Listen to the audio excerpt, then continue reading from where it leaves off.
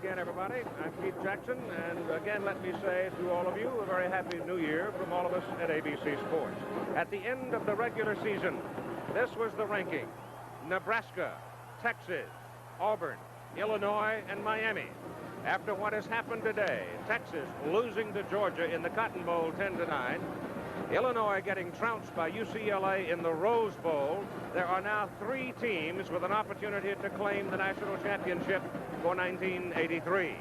Those 3 teams are the Auburn Tigers, ranked 3rd in the nation, playing number 8 Michigan here in New Orleans. Number 1 ranked Nebraska, playing number 5 Miami in the Orange Bowl. If Nebraska wins in the Orange Bowl, it's academic. If Miami should upset Nebraska in the Orange Bowl and Auburn should defeat Michigan here in the Sugar Bowl, then you've got to look at the respective records. All right, what about it? Auburn played 8 bowl teams and they beat 7 of them. They lost just 1. They lost to Texas. Miami, on the other hand, opened against Florida and was trounced by the Gators. Auburn, on that particular instance, defeated Florida. So it would have to sit down, I think, and draw some conclusions from the respective schedules. But the basic point is 3 teams right now are in position to claim a national championship if they can win a football game. All right, now let's go on to the story of the Michigan Wolverines, who came so close themselves to being a Big Ten champion. Actually, Bo Schembechler's ball club lost by only 10 points to Illinois at Champaign. Bo, over the years, has a brilliant coaching record, 15 of those seasons at Michigan. In postseason play, not quite so good. They won only 2 times in 10 games, and this young man, Steve Smith, is Bo Schembechler's quarterback and has been his quarterback for 3 years. You see his statistics over his career, and they are indeed outstanding. He can do it all. He's a fine running quarterback. He throws the football very well, and he wore a shoulder brace through 7 of the games this season, but over the last 3 games, he led his team loose and healthy, and coach thinks very highly of him. There isn't a play that we back off of because of our quarterback. Because if you want to run, he can run. If you want to throw the ball, he can throw the ball. He's an excellent reading defenses. He knows the game, and he's a great competitor. I think in a phrase, if Michigan was using a single-wing offense, Steve Smith would be your tailback. He can do it all. Now, how about these Auburn Tigers? Pat Dye was an All-American guard at the University of Georgia. He his first head coaching job at East Carolina, then at Wyoming, then he went for the Auburn job, and he got it.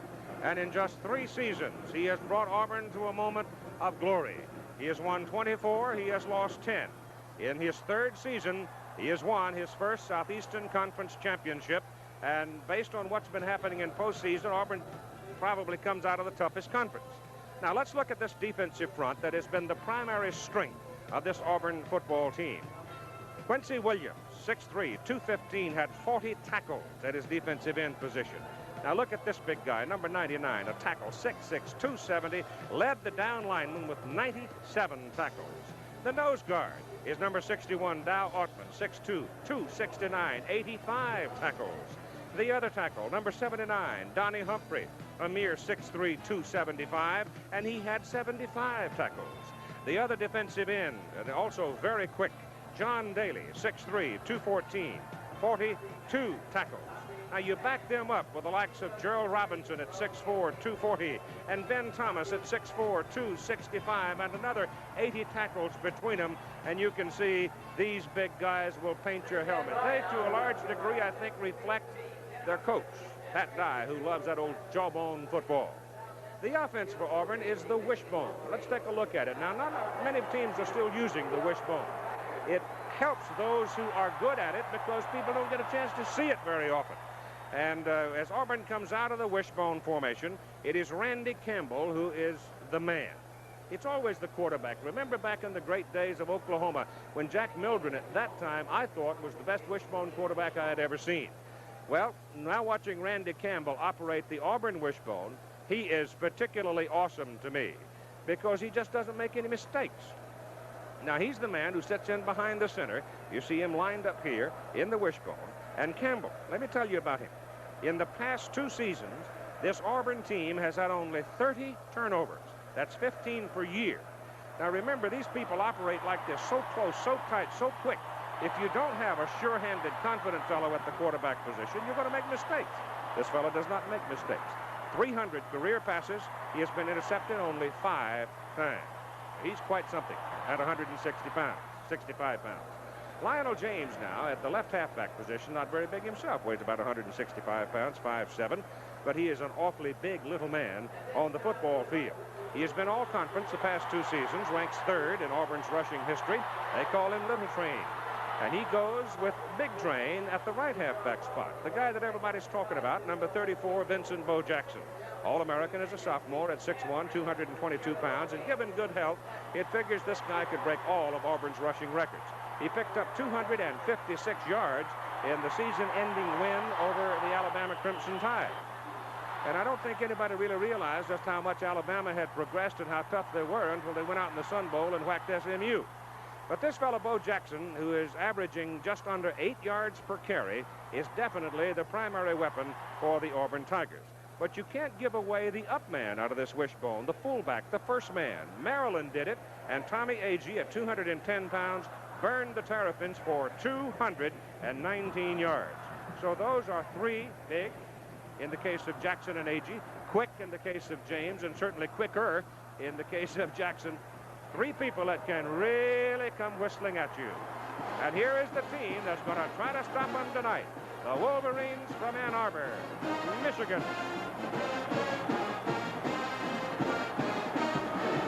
It's a defensive team that runs the football very well, but it's not a particularly big defensive team. They lost by a point to Washington in Seattle. They lost by 10 points to the Fighting Illini at Champaign, finishing at 9-2 and ranked number 8. And now the Tigers of Auburn.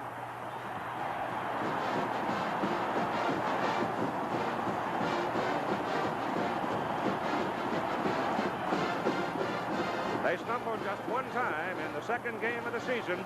Texas had them 20-0 in the first half. Auburn won the second half 7-0, and Texas went home with the ball game. But remember, Texas has lost today to Georgia. The Fighting Illini are losing to UCLA in the Rose Bowl.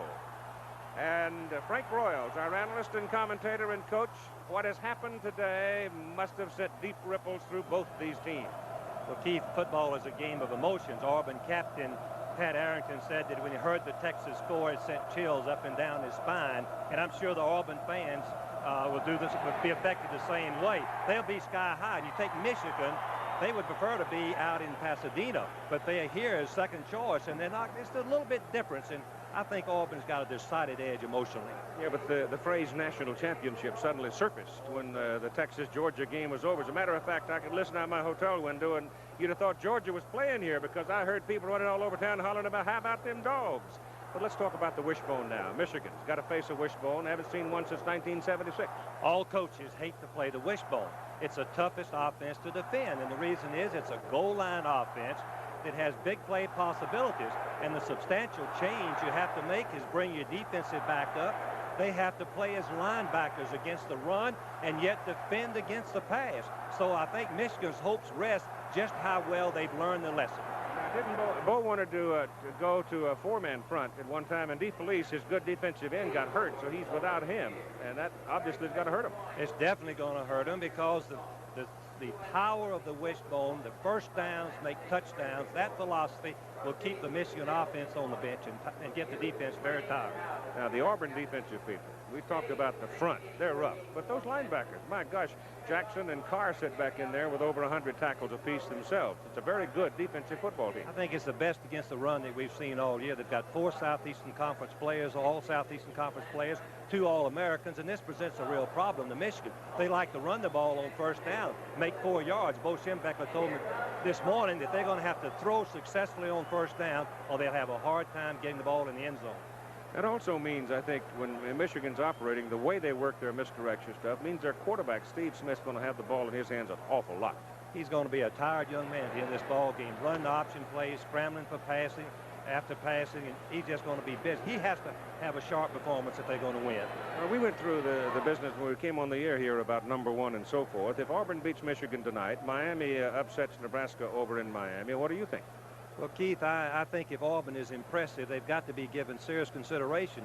The Bulls have shown that Southeastern Conference is the toughest league in America, and they are the champions of that league. They played the toughest schedule, and they defeated, which you've already mentioned, they defeated Florida, which defeated Miami. So they've got to be given consideration. All right, they've had the meeting in the center of the field. The dome is full of enthusiastic folks, and we got ourselves a good football game coming up. As we noted, this is the first meeting between the Auburn Tigers and the Michigan Wolverines. Ohio State came here in 1978, played Alabama, and got beat 35-6. So Ohio State won a big ball game today, an exciting game out in the Fiesta Bowl from Pittsburgh. Michigan will be receiving as Rick Rogers and Kerry Smith and Evan Cooper are the people that return kicks for them. In this instance, it'll be Rogers and Cooper going deep, and Al Del Greco will kick it off for the Auburn Tigers. Now, Auburn won the toss. They elected to kick. This will do two things that I can think of instantly, Frank Balls. One is it makes Michigan declare itself early as to what they're going to try to do offensively, and secondly, assures Auburn of the ball for the second half. High and hanging, and it is Evan Cooper, a senior from Miami, Florida, who breaks it over the right side and comes out to the 25. Football is loose. Auburn pursuing it, and a Michigan man is able to get under the pile and come away with a football. It looked like number 12 piling underneath the group and came up with it and saved it. That'd be Fritz Burgess. So here's the opening unit now offensively with Steve Smith, the quarterback, the senior out of Grand Blanc, Michigan, 6 feet 195. Eddie Garrett, your fullback, at 6 feet 215, a sophomore. Rick Rogers, your tailback, 6'1 and 210. Triando Marcray, wide receiver, 6'1", 180, a sophomore, very quick. And Vince Bean will be your flanker at 6'2", 185. They work out of the I formation, and Smith gives the ball to the tailback. And nothing fancy, it's just boom. And he comes rolling back on the back of his neck as Quincy Williams, the senior out of Douglasville, Georgia, belts him. Sim Nelson is the tight end, 6'2 and 240. Clay Miller at tackle, 6'4, 270. Jared DiOrio at guard, 6'3", 245. Tom Dixon, All-American center, 6'2", 250. Stephon Humphreys, 6'3", 255, Rhodes Scholar. And candidate, Doug James, the other tackle, 6'2 and 255. So it is second down and 8. They started from the 26. The ball is out near the 28, and Steve Smith still got it. Rolling it outside on an option, and Quincy Williams is after it. He rips the pass away and completes it up across the 35 to Sim Nelson, the tight end. And I expect you'll see that combination trying to hook up a lot tonight. The defensive unit for Auburn, and we detailed them for you in the pregame. They're big, quick people. Daly, Smith, Offman, Humphrey, Williams, Carr, and Jackson. Carr and Jackson being linebackers, and they are very active. Secondary got better as the year went along. David King's outstanding. My Jimmy Warren, Vic Beasley, and Tommy Powell, who is a redshirt freshman. It is third down and a yard.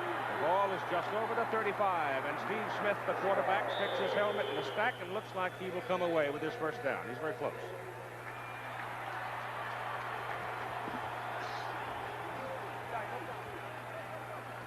The Michigan offensive front, characterized as technique players. They're not as big as the Auburn people, but Dixon and Humphreys working in the middle of that line are just about as good as you're going to see at center and guard. Dixon made All-American, and so did Humphreys. They're very talented, they're smart, and they have quick feet, meaning they can sustain their blocks as we look at Bo Schembechler. And they've come double wide now, Frank, to the bottom of the picture. Two quick wide people, and Smith hands it off inside. And carrying the ball, Eddie Garrett, the fullback, and the big sophomore from Milwaukee has got to think a tree fell on him. Here's the Michigan per game offensive record for the year, 276 rushing, 130 passing, showing they're primarily a running offense and primarily a defense against the run. Very outstanding. You can give Garrett a yard on the carry. Put the football right on the 38 now in the center of the field. Second down and 9 for Michigan. Just getting underway, the first offensive possession of the night. And Smith straight back to throw. Looks, and he's got a man. The pass is away, and he missed him. The pass intended for Marcray. They split in. He had turned it to the sidelines, and he was open in front of David King. Going back to the Auburn defense, their priority is going to be in this ball game, stop the run on first down. Try to keep Michigan from making 4 or 5 yards as we look at Mark Ray, who's had a sensational year, broke in the starting lineup in the middle of the year and averaging 31 yards per reception. 3rd down and 9.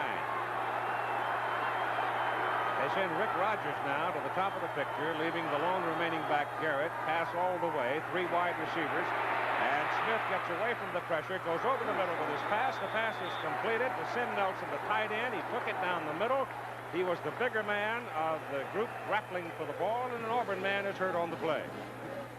Steve Smith has shown tremendous poise in these first passing attempts. He dodges Big Doug Smith, number 77, and he throws the ball on the run. Nelson's a beautiful target, and he hits him right on the numbers, but it's a little bit shy of a first down. Or at least, yes. Smith, number 16, has had a great career. Bo Schembechler loves that kind of quarterback. Those that can run in critical situations, run the option play, and also can have the poise and confidence to pick out those short pass receivers. Chains out, and it is short of a first down by a half a yard. The Auburn man is still down on the field, and time being taken for him. And it is David King, the left cornerback, who was involved in the fighting of the ball. He came across and at full speed collided with Sim Nelson, and the bigger man got the best of the exchange in this particular instance. King at 5'10", 180 from Fairhope, Alabama, and Nelson 6'2" and 240. Number 27 is the right of your screen. He's an all-Southeastern Conference defensive back, just a real aggressive player. Let's see if we can tell how he gets hurt, as Michigan is going to go for it on 4th down. Yes, the knee of Nelson seemed to hit him right in the head. 2 tight ends in the lineup. Michigan's going to go for it, gambling right out of the blocks here in their first possession. 4th down and a half yard. And they're going. And Auburn's all bunched up in the middle. They've got 8 people right in there to jawbone the offense, and I don't know if he made it. Rick Rogers gave it his best shot over the right side, but the Auburn people just stuffed him. Jeff Jackson, the linebacker, stepped into the slot and met him head on. He didn't make it, Keith. He's a full half a yard short. Great defensive play and a very big gamble by Bo Schembechler. I guess his feeling is that the wishbone is so strong, he'd rather try to take a chance and make the first down. It didn't work. And so Randy Campbell and company now will come out and go to work out of the wishbone. There's Lionel James, a 166-pounder from Albany, Georgia. Bo Jackson, who stayed at home to go to school. Bessemer, not too far from Auburn. And Tommy Agee from Maplesville, Alabama. The wide people are Christopher Woods. Chris is a 185-pounder, 6-footer. They don't send too many wides. They'll swing them sometimes out of the backfield and breaking the bone. Right now, the first snap of the ball game for Auburn. Campbell rides it off and gives to the up man, Agee, the fullback. As Auburn goes to work on the Michigan 46, and the gain is about 3 yards. Up front, it is Ed West, tight end, 6'1", 235. The tackle on the left side is Steve Wallace, 6'6", 265. David Jordan, 6'6", 260 guard. Ben Tamburello, 6'2", 250. Jeff Lott, 6'3", 270 at guard. Right side, it's Pat Arrington, 6'6", 260. Don't be deceived by that jolly expression. He's a big old horse and is a heck of a blocker. Campbell pitches the ball outside. Lionel James is caught behind the line of scrimmage, just about where they started their possession. Good defensive play by Michigan. We noted their defensive people run to the ball very well, but their core has been depleted some by injury. Yet Michigan has an extra defensive lineman in the ball game, and you can see that Meredith, number 96, had the leg of Campbell. He took a big risk and gamble by pitching it out. James made the catch, but look at the white shirts there on the plate. Good pursuit. That one could have gotten away, Frank. Yes, it could. Normally you don't pitch the ball under duress. The quarterback, that is, doesn't pitch it. 3rd down and just a little more than 10 now for Auburn. As Michigan answers defensively, and Campbell drops back, has good protection, throws down the middle, intercepted. It is picked off by Brad Cochran, and Cochran is brought down, and it's Michigan's ball, first down at their 37. So the gamble by Bo Schembechler, he got away with it. Keith, I didn't mention Bo Schembechler is the best at coaching his team, his defensive team, to come out and play after a sudden exchange. When offense turns that ball over, his defense comes out with more intense attitude than any I've seen. Now Campbell just overthrows the wide receiver, and the interception goes to Cochran, his 5th of the season. No score, 10:44 to go, first quarter. No score in the first quarter of the 50th Sugar Bowl game. Communication, so important. I talked to Coach Schembechler yesterday about it. We practiced indoors. We have an indoor facility at home, and we piped in crowd noise. And when I say piped it in, we came out of those practices with headaches, not from hitting, from the noise. So we have worked against it. But if you're going to do a lot of work at the line of scrimmage, that communication can beat you. It's hurt us in some games in noisy stadiums this year. So that's the reason we worked hard on it. The sound goes to the roof of the dome and comes bouncing right back down, and it really gets noisy. It's first down, Michigan, after the interception on the 4th. Randy Campbell. And the Wolverines go from their 37. Smith keeps the ball, and he gets whacked, and then some. Right now, let's join our colleague, Tim Brandt. Keith, on that last Auburn series, young David King, the cornerback, was hurt. It was his head. He didn't know where he was for a minute. I just talked with him. He says he's okay now. He still is a little bit wobbly. They're going to hold him out this series, see how he does, and then they're going to try to get him back into the ball game. Thank you, Timmy. Happy New Year to you. Up on the 38, it is second down and 9 for Michigan. And I don't think Steve Smith wants to get himself in that fix too many times tonight, because he really got tattooed. Back he goes, straight back. Pressure on, hit as he throws, incomplete forward pass. Number 91, Big Ben Thomas, the junior from Ashburn, leveled Smith. Gentle Ben Thomas, the alternate tackle that plays both positions for Humphrey and Smith, the starters, and yet the offensive blockers of Auburn say they'd rather block anybody on that front than Gentle Ben Thomas. Quincy Williams, number 93, is rushing also, but Thomas gets to him and hits him while his arm is in the air, and it falls incomplete to the ground. Now that's called the installation of some respect. Yes. Smith is already feeling the effects of that Auburn defense. It is third down and 9. And they go to 3 wide people again, and Steve drops back to throw. Gets his pass away. He's got a man wide open. It's Marcray. And Triando Marcray has a first down for the Wolverines at the Auburn 43, where Jimmy Warren brings him down. He completed that pass in the spot where David King would normally be playing. He's out right now, hurt. Jonathan Robinson in replacing him. Boy, Smith got the ball right on the money. He was rushed, had to get it over a defensive man, and hits Marcray right on the money. Marcray has great speed. Number 18 has a 31-yard average. That's the highest I know of anybody in football that we played this season this year. He's had 4 touchdowns on his 8 receptions. That's his 9th. And the Wolverines now cooking on the Auburn side of the field. First down at the 43. Steve Smith gives the ball to Rogers, the tailback. And Rogers pops it over the right side and tumbles down to the 33 and close to a first down. And he almost broke it. Well, Smith's passing, I think, has set up the running a little bit. Here's a number that I think we ought to talk about. Michigan's only 2 losses. They failed to rush over 200 yards. And Auburn, the same thing. The only loss was to Texas. They rushed 135 yards. Every other game, they broke the 200-yard barrier and won. So we'll watch for that as the ball game goes along.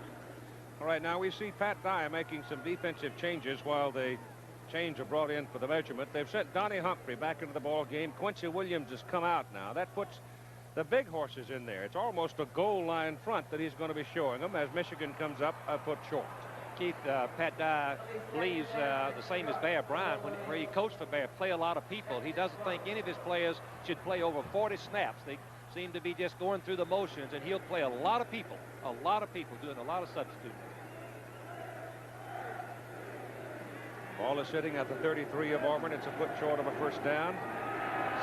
There's Bo Schembechler. What a fantastic career he has had, bringing excellence to Michigan and also integrity to their athletic program. Currently, the American Football Coaches Association president.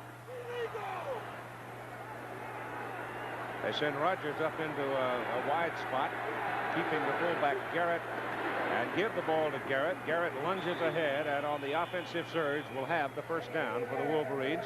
Big Doug Smith out of Bayboro, North Carolina, got a hold of him and brought him down, but the initial surge was enough.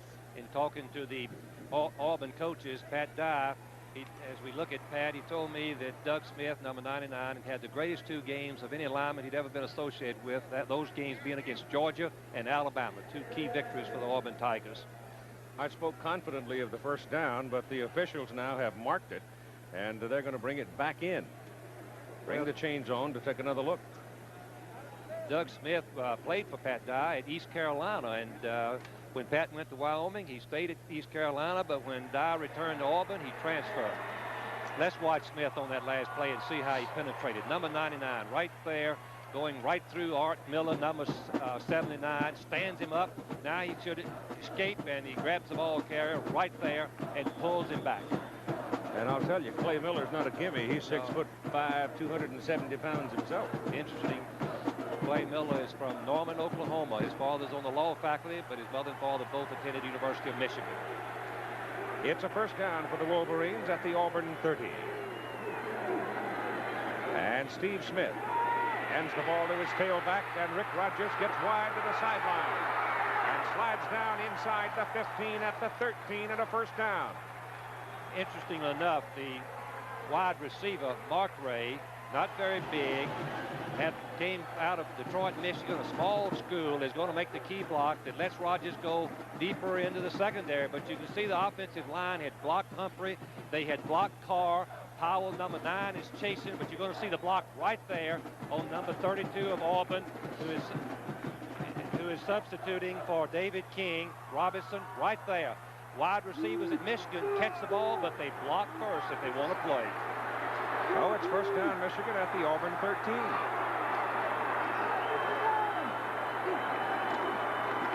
And Steve Smith going down the line, options it out to Rick Rogers, and he is across the 10 to close to the 9 for about a 4-yard pickup. John Daly and Jeff Jackson shove him out of bounds. Here's Pat Dye, as we mentioned earlier, in his 3rd year, takes his Auburn Tigers to the Southeastern Conference Championship. He's a very dedicated, committed football coach. My kind of guy. Players really love him. Ball is just short of the 9. Second down, 6. Rogers now 5 carries, 33 yards. Michigan has done a good job of mixing up their plays, Keith. Running, passing, reverses. 2 tight ends in there right now. Carthens and Cattis. There goes Rogers inside the 5 and down to the 3 and close to a first down. They'll mark him about the 4, I believe. Good blocking by the right side of the Michigan offensive line. Watch the double team. They knock Smith all the way. In fact, Smith takes himself out of the play with a little cross blocking. Look at the natural hole. The cross blocking brought in Diriol, number 64, making the key block. How about that? That's a surprise and something you can't predict in bowl games. It's a tricky thing preparing your team. 45-9 UCLA. Wow. 3rd down and a yard for a first down. Smith keeps it, sees the goal line, dives, touchdown.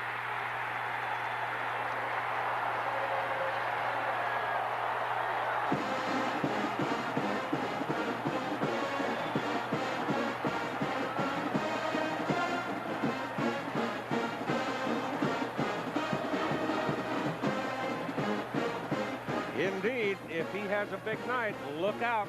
Upset seemed the order of the day so far. Texas losing, the Fighting Illini losing, and Michigan has jumped out to a 6-0 lead over Auburn. When you have a quarterback that can run, he's just an extra weapon, a dimension that the defense has to play. Auburn was not ready for the quarterback keeping the ball. They were lined up inside. The offensive sealed them off. Bob Bergeron for the extra point try. He's hit 22, now 23 in a row. And so at 7 minutes and 30 seconds to go in the first quarter, it's Michigan 7-0 over the Tigers. Here's the play again, looking from the ground level. Smith, you can see, is looking to pass. The defensive backs laid back, covering the receiver, giving Smith quickness to run. That was his 10th touchdown of the season, rushing the ball. We'll be right back after this. Well, there's Mr. Smith, who has come to New Orleans. Well, he's been criticized by the Michigan fans from time to time. This year was very interesting in that he wore, as Keith properly pointed out earlier, a shoulder brace from the injury that he had in the Rose Bowl game last year. The last 3 ball games, he's been very, very successful and effective. He took the brace off. His shoulder hurts no more. But he only scored 124 points in the last 3 games of the season, admittedly not against the top caliber competition, but included in that bunch was Ohio State, and that's not bad. just a competitor, the kind of quarterback all coaches enjoy working with. Bo Jackson standing there waiting. So the big man is waiting for Todd Slopey's kickoff. It's a high hanger. And it won't be Bo. It is Allen Evans. And Allen Evans is having a whole lot of trouble as he barely got it across the 10 before Fritz Burgess brought him down. A high hanging kick and gave Michigan plenty of time to get down. It is Hammerstein, Centrich, Brooks. They're the 3 down linemen with Rose, Lyles, Anderson, and Mallory, the 4 linebackers. He wanted to go and thought he could go to a 4-man front, but the police. But Keith, he's put Dave Meredith, number 96 in the ball game. In the first series, he played with 4 down linemen. And let's see if he is right now. If 96 is in the ball game. No. No, he's not. No, he's not right now. He's got those linebackers up along the line, and the back pursuit can't catch up to Lionel James, and Little Train comes blowing out across the 25 to about the 27 and a first down. Here's the sweep. When you try to defend the wishbone, you add this play to it, and it just is a different type of play. The defense are not ready for it. A great block by Jackson on the cornerbacks. Watch the block by tight end West, number 85. Pat Dye told me he's blocking 89 on Carlton Rose, who's a fine football player. That's some block. He's the best blocker in the Southeast, according to his coaches. Now Auburn's got some working room from the 27 as Kemble turns it upfield and gets across the 30 out to about the 32. If Auburn gets to gobbling up 6-7 yards on first down plays against you, you better start looking for another lock on the door. Here's the Auburn stats for the season. You can see that they're primarily a running football team, and championships are won on defense against the run. They have passed, as you can see far fewer yards than most football teams we see today. And so far, Bo Jackson hasn't seen the ball. I was going to say that, Keith. He's coming right now with the sweep, the unbalanced line. Penalty flag as they give it to the up man, A.G., and it's going to be against Auburn. Yes, the offensive lineman must have moved. The umpire threw the flag immediately. I believe it was before the snap, and Michigan will have no chance to refuse the penalty. I asked Pat Dye if he was going to let Bo have a chance to do some running right-handed one of these days. The referee is Dixon Holman. They're all from the Southwest Conference, this entire team of officials. Still Bo Jackson, who is probably the premier. Dead ball. Ball start. Offense. Second down. To continue, Bo Jackson is the premier running back in the South, and we talked about him earlier, but the coaches told me yesterday that he's getting more and more confidence about his running inside, something that they want to do in this ball game before they can get ahead, I'm sure. So they back him up to the 27, where it is second down and 10. And Campbell gives it to Lionel James. And James runs to midfield. Evan Cooper finally got him out of bounds. The offense splits 2 ends. The defense widens, and then you have some running room inside. These are all the options that you can do with the wishbone. You can see it's a little counter play, something that the wishbone didn't have. Bo Jackson, number 34, is going to make the key block on the linebacker Anderson, number 57. And watch how elusive James is as he makes his break, and finally 21, Evan Cooper brings him down. James is the number 3 rusher in Auburn history behind Brooks and Cribbs. But here goes Bo on his first carry. The right halfback slashing over the left side. Hammers his way down to a first down for Auburn. And they marked him right about the 32 of Michigan before Tony Gant could bring him down. Here are some of the running backs that Auburn has had in the past that are in professional football. Of course, Brooks and Cribbs, and then we see James. And remember, Jackson is just the sophomore. 6'1", 222, and maybe the fastest back in America. So inside the 32 of Michigan now on first down Auburn as the Tigers start to move the ball for the first time. Michigan leading 7-0. They counter it back, and it goes to Bo Jackson, and he goes inside the 20 to the 18. Here again, we see the defense trying to play the wishbone, and we see just a regular T formation play. Starts to the right, it comes back to the left. Good blocking. The linebackers missed the tackle right there. Big Bo Jackson continues to run. Takes one more person. Centrist number 53 is the nose guard, but he's not strong enough to try to stop Bo Jackson. Centrist is the nose guard. 220. Jackson runs right through him for the first down. From the 18, Campbell. Outside, Lionel James. Good coverage. Bounces off the first one. The second one gets him. That's Rodney Lyles, number 80. Michigan defense played it beautifully. But there's two ways to play the option play as we look at the Auburn coaches calling the play. One, you make it a sweep by forcing the quarterback to pitch real quickly as soon as the play starts. The other way is to play it slow, and Michigan is mixing it up, giving Campbell some problems. War Eagle. There he is, the Golden Eagle, and Clayton Buford has come in at wide receiver, bringing a play from the sideline. Second down, still about 10, just inside the Michigan 18. 4 minutes and 20 seconds to play first quarter. Campbell loses the football. Michigan recovers it. Number 66 pounced on the ball, Mike Hammerstein. Here's the danger of the wishbone, something that Bo Schembechler has worked on. Brooks is very quick, number 52. He's going to penetrate right to the left of your screen. Watch number 52. And Campbell is reading them, and he should have left the ball with the fullback, but Brooks, 6'6", plays both of them. He plays the fullback 30, reaches out with his right hand, grabs the quarterback, knocks the fumble loose. Michigan has stopped the drive. We'll be right back. 2 turnovers for Auburn. There's the time remaining in the first quarter of play. 2 turnovers, a pass interception, and now a fumble by Campbell. Not a good night so far for the Auburn quarterback, and the Wolverines first down at their 24, leading 7-0. And Steve Smith on first down to throw. Pressure zone, swing pass out, trying to set up a screen for Rogers, and it's incomplete. Number 94 was in making life miserable for Steve Smith. That's Harold Hallman, a junior out of Macon, Georgia. Hallman is a substitute for nose guard for Altman. Very quick. You can see number 94 is not very big. Was a former linebacker, but can really put pressure on the base. Great tackle. That's a great job. That's why you got to wrap him up. Defensive coordinator for Michigan. Yeah, he's jacking him up. Yeah, that's Gary Bola, who used to be the head coach at Illinois. Was with Bo before he went to Illinois. Returned to him with him as his defensive coordinator. Second down and 10 for the Wolverines.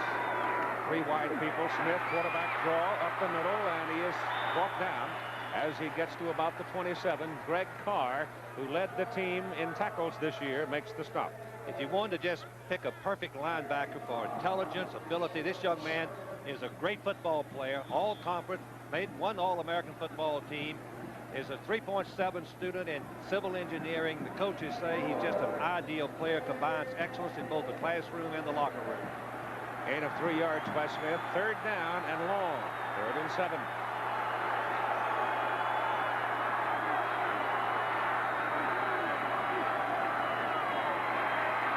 The pass is away. Markray has it. First down, Michigan at the 39. David King is back in there at the cornerback position.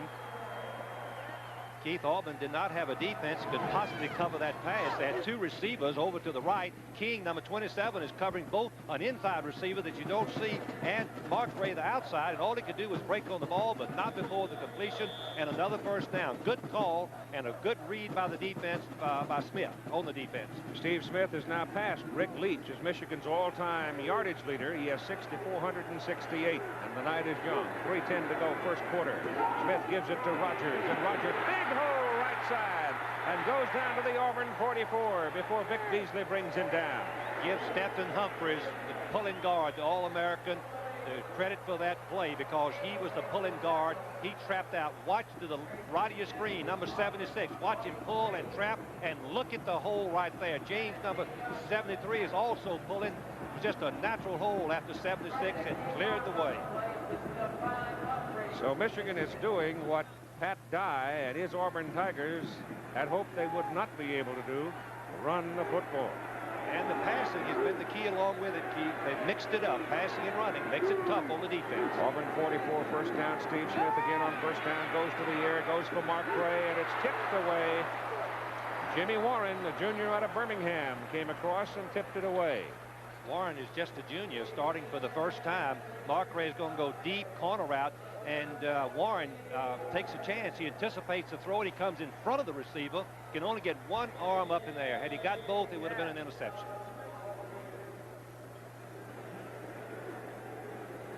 Plays are coming in with the two guards, Art Berlotis, 59, and Jerry DiOrio, 64. DiOrio has come in at the left side guard position. They flip-flop him. Sometimes it'll be Humphries over there, and sometimes he'll move to the right side, and right now he is on the right side of center. And Smith back to throw. He looks downfield. He lets it go, and it is incomplete, out of bounds. Number 25, Vincent Bean, ran out of real estate along the boundary. Anybody that watched the Auburn defense knows that David King will gamble on a run-and-play fake. He overplays the run. It's exactly what happens here. Good fake by Smith, and Mark Ray gets in behind King. You can see how far he is. The pass is thrown a little bit too far to the outside, and he couldn't quite hold on to it. That was Bean, the receiver. It is 3rd down and 10 now at the Auburn 44. Vince Bean has had a great career. Started every game for 3 years.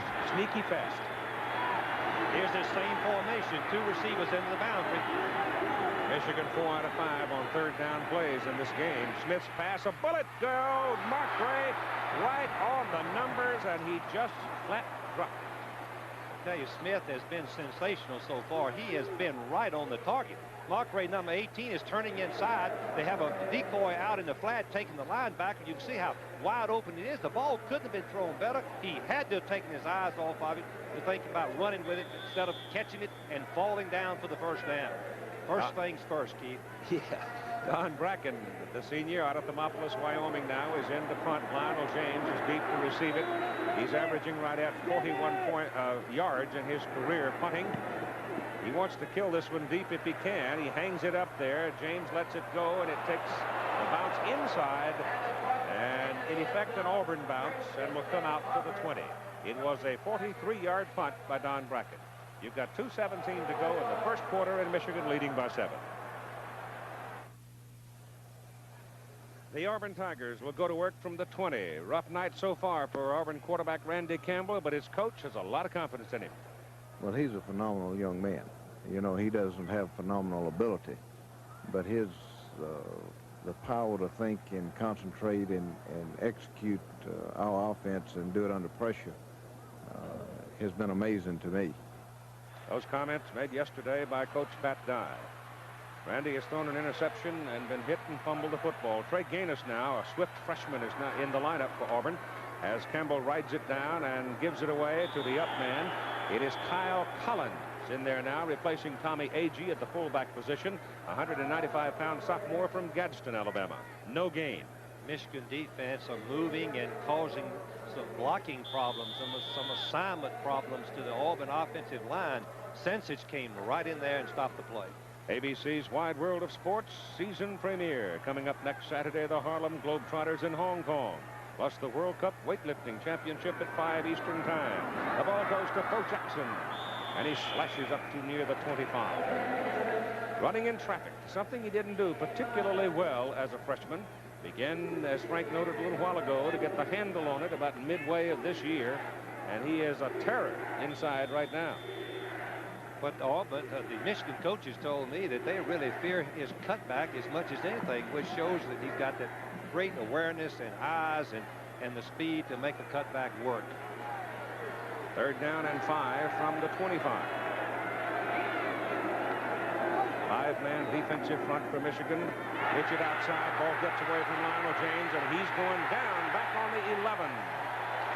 The penetration, Randy Campbell was hit as he tried to deliver the pitch to James, and Rodney Lyles was coming on a loop from the outside, and James never had a chance. I believe Brooks, number 52, is the one that gets him again. No, his offensive man tripped him, and Auburn is very lucky to get the ball back, and going to be a punt formation, and Michigan's going to have good field position. Lewis Colbert from Phoenix City comes in to do the kicking, a junior, averaging right at 41 yards per kick on 55 punts.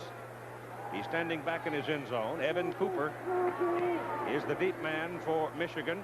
It is a short kick, and it takes a big high Auburn bounce back to the Michigan 45, where Cooper is surrounded at the 48 and dropped. So the Wolverines get the ball back at 17 seconds to go in the first quarter, and they've got very good field position after that 45-yard punt.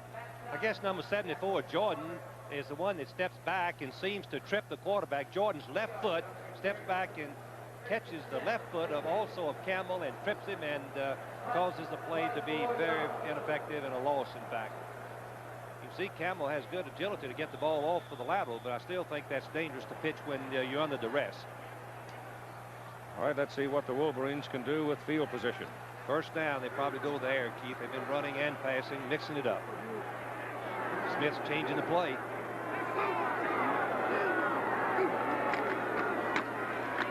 They run it with Rogers, the tailback.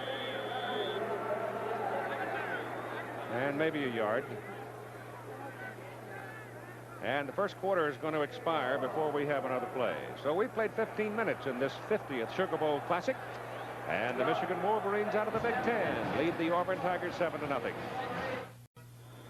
The Superdome in New Orleans, site of the Sugar Bowl. And Michigan, second down 9 from their own 49, leading 7-0 as we start the second quarter of play. Steve Smith back to throw. Over the middle. Pass dropped. Hit Sim Nelson. He threw it well, it's a little deceptive because it wasn't that accurate. Sim couldn't pull it in. Here are the stats for the first quarter. You can see Michigan leads in first down, in rushing, and also in passing. And I think that the real key is in Michigan, as Bo Schembechler said, we've got to make some yardage passing. If we do, we'll be successful. The two key points, the turnovers by Auburn stopping themselves twice deep in Michigan territory. In case you possibly have not heard, Georgia beat Texas 10-9. UCLA routed Illinois 45-9. And it's third down and 9 for Michigan, leading Auburn. Number 3 ranked Auburn's behind in the second quarter of this game. Smith runs away from the pressure. Now can't pull loose. Reaching in is Dow Ockman, the nose guard, to drag him down. Big play. Dow Altman has made all Southeastern Conference 2 years in a row. Plays the middle guard, was a linebacker when Pat Dye came to Auburn. He wanted to move to nose guard and has been sensational for the last 2 seasons. And it brings up fourth down and kicking time. Don Bracken in to do the punting, and Lionel James will go deep. Bracken has a lot of time, spins it up at the 12. James hit, ball loose. Michigan's got it. James should have signaled for a fair catch, Keith. He had no business trying to catch that ball and dodge the Michigan defender. Watch it again. Number 85 is right down on top of him. Arcelli, and James should have signaled for the fair catch. He took a chance. It was a mistake for a senior to make. Michigan in great position. It was a fumbled punt that cost Texas the ball game today. You can see that James was trying to run with the ball before he caught it, and he didn't watch it into his hands and bring it into his chest. Terrible mistake. Kerry Smith recovered it, and now it is Steve Smith to go to work. First down for Michigan at the Auburn 13. 3 turnovers by the Tigers in the first half. Vince Bean in motion. And the handoff to Rogers, the tailback. And he runs it inside the 10 to the 9. Donnie Humphrey brings him down. Here are the scores from earlier today as Lastinger ran the winning touchdown in from 17 yards. Yeah, John hadn't had a very good day, but boom, in he went for the winner. Ohio State hung on to beat Pittsburgh 28-23. And there's the UCLA-Illinois score. Big day for Neuheisel. UCLA started the season 0-3-1. You want to talk about a Coach of the Year candidate? How about Terry Donahue? That's the toughest thing in the world, is to turn a program around like that after you've lost 3 games. Second down and 6, and they go to Rogers again, and over the right side, Rogers is hit. Auburn supporting. The cornerbacks were coming up, and the strong safety, Tommy Powell, the redshirt freshman from Greenville, Alabama, really laid a lick on him. And you've got a penalty coming up against Michigan. Holding. Keith, I believe that Auburn will accept it. Even though they tackled the ball carrier for a loss, move them on back and get them into a passing situation. Take them out of their run-pass options. And also back up Bergeron a little bit in case he gets the call.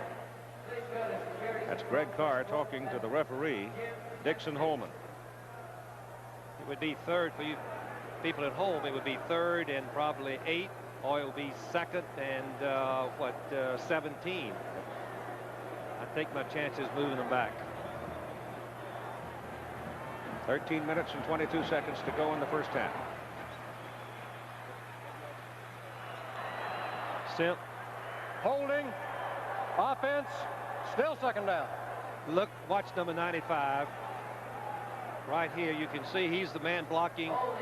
Looks like he's got his hands on him and grabs him, and the flag comes right in there. Oh, the ball is on the 20. Second down and 17. Mark Ray to the bottom of the picture. Steve Smith getting pressure, and he is hammered. The ball pops out of there. It is Auburn's football. He did not have the arm going forward. It looked to me like that Daly was coming from the right. Smith was going to throw to the left, and he didn't see Daly.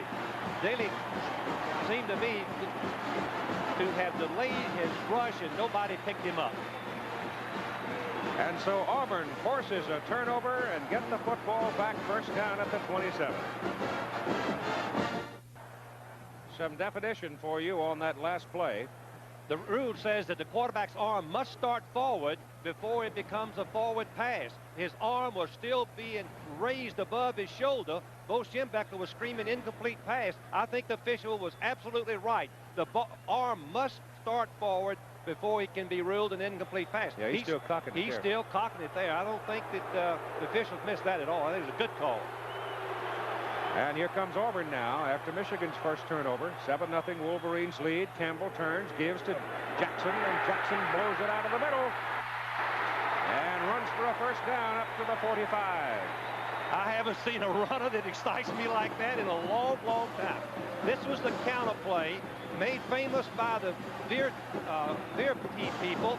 Watch, going to hand the ball to Jackson deep in the backfield where he can make some cuts. But watch his power. Watch his leg drive. Watch his determination. Watch his extra effort. Just a sensational run. Well, that's about as tough as you can get. It is. 5 people had a shot at him. Sticks his helmet in the crowd again and picks up 3 more yards before Mike Mallory brings him down.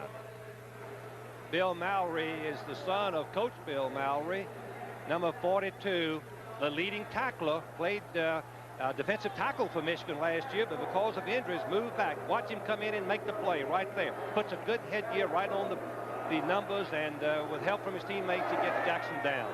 Second down and 7. Football is at the Auburn 48. 12 minutes to go in the first half of play. Campbell rides it off to the fullback, and it's Tommy Agee for an Auburn first down at the Michigan 38.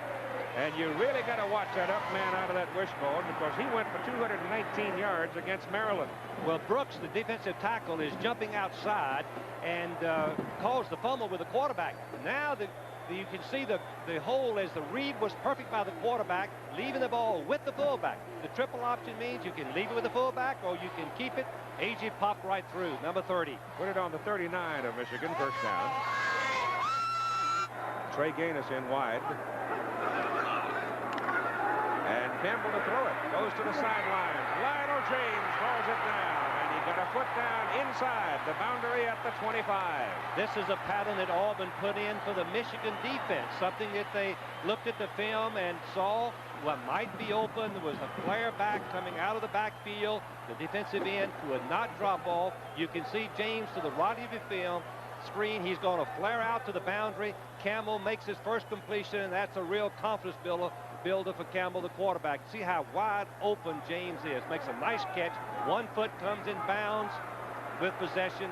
Legal reception. Ball goes to Lionel James again on the sweep to the right side. Gets inside the 25. They'll give him to about the 23. Rodney Lyles, the tackle. I thought that was an excellently touched pass into James, too. Well, Pat Dye has explained to me on the 3 games that we've done, we'll throw the ball as often as we have to. He's got great confidence in Campbell. Campbell doesn't look good throwing. He doesn't look effective running, but he's a winner. 19-4-1 as a starting quarterback. Second down and 8. Ball on the Michigan 23. Miami jumping out to a 7-0 lead over Nebraska. This may be the day of upsets. Who knows? Auburn going wide with it. Bo Jackson. And that's a fine defensive play by Evan Cooper, number 21, to trip him up. The coaches say that the cornerback cannot take on the blocker and make the tackle. Evan Kuppel, the fine defensive safety, did exactly what we say you can't do. He took on James and defeated the block and still made the tackle on Jackson. Bo now with 6 carries and 61 yards in the ball game. The ball is sitting on the 20, where it's 3rd down and a short 6 for Auburn. Just one tight end, regular formation. Trey Gaines is the wide man. Campbell leaves it with his fullback and nothing doing for Tommy Agee. So that's going to bring up 4th down, and it'll bring Al Del Greco into the ball game for a field goal try. Well, Del Greco, Keith, remember, tied an NCAA record was 6 against the University of Kentucky this year. Auburn has been stopped inside the 10 in the last 2 inside the 20 in the last 2 ball games, 10 out of 11 times. Only once have they put it in the end zone when they penetrated, and it's left some scars, as we can tell, again, on their offensive unit. He is Auburn's all-time leading scorer, Al Del Greco, and he's going to hit this one from 36 yards. Mike Mann, a quarterback, is the holder. Kick is up, low, driving, and missed it. So the Auburn Tigers are turned away at 9:31 to go in the 2nd quarter, and Michigan still leads 7-0. Michigan turns Auburn away. Steve Smith out at quarterback. Yesterday, talking to Steve, I asked him what it's like to play for Bo. Playing for Bo is an experience in itself. You know, you learn a lot. You learn a lot about not only football, but how to be a person, how to, you know, your character builds as you're here. You know, it pushes you to get a degree.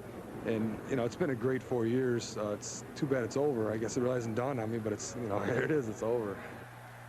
And quite a career for him. I remember when some of the people were on Smith and Schembechler both in his sophomore year, but both staunchly defended Smith. And he carefully molded him into a record-setting quarterback at Michigan. First down for the Wolverines at the 20. And they send Rogers in motion. Smith coming down the line on an option play, keeps it, and turns it across the 25 out to about the 27. Harold Hallman makes the stop. And you note that they're moving people around, as Frank noted earlier, in the Auburn defensive front. Hallman relieving Outman, so that he's keeping fresh people in there. Look at the numbers for Steve Smith this season. They're just outstanding. Passing 53%, 13 touchdowns, but rushing set an all-time Michigan record, averaging 6.9 yards per carry, and that includes sacks. 2nd down, 3. Rogers, the tailback, appears to have the first down as Donnie Humphrey knocks him down. Number 79. Humphrey's a big, strong youngster. Number 79, weighs about 270. Good hands. Watch him get the blocker with his hands right on. Now he's got to disengage and try to release and make the tackle. Pretty difficult, but he does. He comes right back in, and his teammates help him with the tackle. But not before Rogers got the first down. Got it just over the 30. 8.5 minutes to go in the first half. Michigan 7, Auburn nothing. Smith straight back on first down, goes down the middle with it, and Sim Nelson, the tight end, dropped the football. That is the 4th pass that's been dropped by Michigan receivers. Passes that could have and should have been caught. Nelson was a defensive linebacker, moved over to tight end. It's called 38 passes this year, the 3rd highest of any Michigan tight end. The ball couldn't have been thrown better, as Keith properly pointed out. He took his eyes off of it, Keith. You see him turn and look, anticipated getting hit, and dropped the ball. Well, when you go down the middle like that, you know you're going to get whacked. You got to anticipate it, and all you do is just leave your body limp and looking in and grab the ball. Harry Smith, number 23, the tailback, comes up into a slot now. They're double wide to the top of the picture, and on 2nd and 10, Steve Smith's pass goes over the middle. It is complete to Vince Bean. Bean is knocked down short of the 40 and short of the first down. They'll need about 2 on 3rd down coming up. Bean, number 25, a senior, has started every game for 3 years, coming across, trying to get underneath the linebackers, which he does. Daly misses him right there, and Bean fights for extra yards, giving it very short for a first down. About 1.5 yards for the first down. Michigan offense continues to mix up passing and running very effectively. Garrett and Rogers the setbacks. Steve Smith still got it. Gets his pass away, and the intended receiver Bean falls down as he makes the cut on the artificial surface, losing his footing, could not make the catch, and it brings up 4th down. Whoever said Bo Schembechler was conservative? 3rd down and 1. He goes to a deep comeback pattern, naturally drawing one-on-one, but you have to throw it and you have to catch it. Watch how open Bean is. He'd gotten in behind number 27, David King, the all-conference halfback, but as Keith mentioned, he loses his footing right there. The ball still hits him right on the chest. Boy, that Smith has not been off target any tonight, Keith. Nope. Right on target. Bracken's punt, low, wobbly. Gaines lets it go. Mistake. Michigan's going to kill it. Michigan touched it. 5. They touched it at the 10, Keith. Did they? Yes, he'll come back to the 10. No, it won't. Yes, he will. They'll bring it back. Yeah, you're right. The beanbag's up there. I see it. 51-yard punt as Auburn lets it roll. 7:19 to go, first half. 7:19 to go in the first half, and a 7-0 Michigan lead. Auburn's football, first down. It is on their 10. Michigan's outplayed them so far. And on both sides of the ball, Keith, the Michigan defense has given Auburn a lot of blocking problems. They're getting penetration, which just nullifies the effectiveness of the wishbone. You've got a double tight end alignment for the Tigers now with West and Parks both in, numbers 85 and 82 respectively. Give it to Bo Jackson going outside. Over the top he goes. Brad Cochran, the sophomore from Royal Oaks, was out there, tried to hit him, but Jackson just went right up over the top of him and picked up 6 yards. Jackson once again shows what a great athlete that he is. He's the first 3-letter winner for Auburn in over 30 years in track and in baseball. That's Gary Moeller, the defensive coordinator, giving the signal. Here's Jackson's rushing records, and you can see against Alabama 256, against Florida 196, his biggest games. 2nd down and 4. Inside. Lionel James. James, remember, is only 5'7", 166 pounds. He gets tangled up with Al Sensich, a big junior nose guard out of Cleveland, Ohio. And he gets 2 yards. The Auburn offensive line outweighs the Michigan defensive line by about 15 or 20 pounds per man. But the Michigan defensive scheme is to penetrate, use the angles, use their quickness, and they're doing it very effectively. Pat Dye looks very worried right now, and I don't blame him. He ain't there, you can't block him, can you? That's right. Smoke is hard to block. 3rd down and 2. Campbell to James. James turns it up, and he is short of the first down. At Cooper, Evan Cooper, coming up out of the secondary, the strong safety, made the play for Michigan. It's 4th and 1. Boy, the Auburn team has had very poor field position for 2 reasons. One, the Michigan offense has made a couple of 3 first downs on virtually every possession, punted the ball, covered it, and started Auburn very deep where it's very hard to score any points. Lewis Colbert, first punt tonight, 45 yards. Evan Cooper is deep. Look at it from the end zone as our director Andy Sedaris gives you the picture. Snap is on. Kick is away. Cooper's going to field it at the 38 and go down at the 40. Quincy Williams downfield to make the hit. It was a 43-yard punt. Good coverage by the Auburn special units. 14th Olympic Winter Games from Sarajevo, Yugoslavia. The Olympic tradition continues on ABC. The games of the 23rd Olympiad in Los Angeles next summer. 250 hours of Olympic coverage in 1984. Keith, what are you going to be covering over there for the Winter Olympics? Ski jumping and speed skating. And aren't you going over there in about a week or tomorrow or the next day? I'm going to Austria to see the spring tourney, the final of the 4 meets. Miami is now out to a 10-0 lead over Nebraska in the Orange Bowl. Upset City. It goes to Rick Rogers, the tailback, and he slashes over the right side and picks up a couple. Auburn continues to substitute freely. They've got Thomas, the freshman linebacker, in there now for Greg Carr, and he came through and made a great ankle tackle on Rodgers.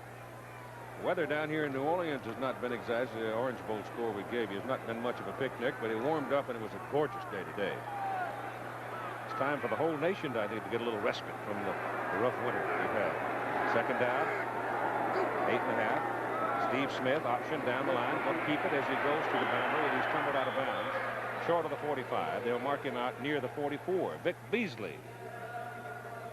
Vic Beasley knocked him out. Now, let's consider what's going on and what has happened. You see that Texas, they were beaten today, losing to Georgia 10-9, so they're 11-1. Nebraska's behind by 10-0. Auburn at 10-1. They're behind 7-0. So it's really great opportunity at hand, it would seem to me, for both Auburn and for Miami, because they're the only two contenders for the national championship left playing, unless Nebraska gets all cranked up and comes storming back to beat Miami. If Nebraska wins a game, it's academic. You know who's number one. But if Nebraska should lose, who knows what could happen, as David King almost picks that ball off. He almost got it on the rebound. Everyone that plays Auburn knows that David King is a fighter. He doesn't give any ground. He plays a tight man-on-man. He gambles and he takes chances. Right here, Bean is open momentarily. You'll see King, number 27, come into the picture. The ball was thrown poorly, and King got a hand on it but couldn't hold it. Bracken is in to punt now, and going deep for Auburn is Trey Gaines, and Gaines is way back. He's standing back inside his 15. The punt comes from the 35. And he's got to come a long way to get it. He won't get there. So once again, the ball is bouncing around, and Michigan will down it at the 21. It was only a 35-yard punt. And you've got 4 minutes and 10 seconds left to play in the first half, with Michigan sitting on a 7-0 lead. Well, the Auburn Tigers got a little better field position out of the kick. Ball touched at the 21. And that's where the Tigers will go to work, with Chris Woods coming inside to the boundary as the wide man. And they come out of the wishbone. First man is the fullback. Campbell took it away from him, kept it. And Randy's up across the 23 for a couple of yards. What are you talking, Frank, about the possibilities, you know, if Nebraska should fail to win tonight? Miami, of course, a lot of people think they just automatically ought to be voted number one. But if Auburn comes back to win this game, I wouldn't be surprised if we had a split in the polls. I think you're right, Keith. I think that if Auburn can win this football game, they should be given serious consideration. It's going to be dependent upon who looked the best between Miami and Auburn. Campbell gives it off to Agee. And Agee fights his way up near the 30. He's going to be a yard, maybe 2 yards short of the first down. Here's Tim Brent. Keith, just before the Auburn offense went onto the field this time, the coaches pulled them all together. They said basically they've been doing everything right except for one critical mistake every series. They told them to keep doing what they've been doing, but it is critical that they score before the half. They better hurry. They only got 3:05 to go. It's going to be very, very unlikely unless they get a long run out of Jackson. 3rd and 1.5 yards just to keep the ball right here. Michigan overshifted to the wide side of the field. They give it to Lionel James, and James may have it. A little man, little train, bangs in there and looks like he's out near the 32. Mike Mallory and Dave Meredith making the hit on him, and it is an Auburn first down at 2:47 to go in the half. Auburn is going to have to loosen up, I think, and throw the ball, maybe with 2 wide outs and mix up some running and passing. They've been very stereotyped, running the ball on virtually every down. Michigan is playing it and got everybody up there. Like to have Jackson out there one-on-one? Yes. A little swing pass? They've got that in their playbook, too. He's coming to the tight side, and he is hit. Solid tackle by Tom Hassel, outside linebacker. Hassel came off of the block of West. West was split out and was blocking him man for man, and he released from the block, disengaged, and made the tackle. Watch West on this particular play. He's blocking Hassel, who is an outside linebacker. He's staying with him. Now he should drop and cut his legs, and instead Hassel releases and comes in and makes a perfect tackle. Gain of a yard, second down, 9 at the 33 for Auburn. Campbell back to throw, looks for Chris Woods, going for him. He's down there, and he can't get to it. He had single coverage, and he had picked up a step and a half behind John Lott, but in his curl behind the defender could not quite reach the football. I still say that Pat Dye is going to have to throw more if they're going to win this football game. Michigan overplaying as we isolate Lott. You can see Woods' speed as he runs right by Lott. Lott should not be turning back facing the ball because that slowed him down enough to let Woods get in behind him. It is 3rd down and 9.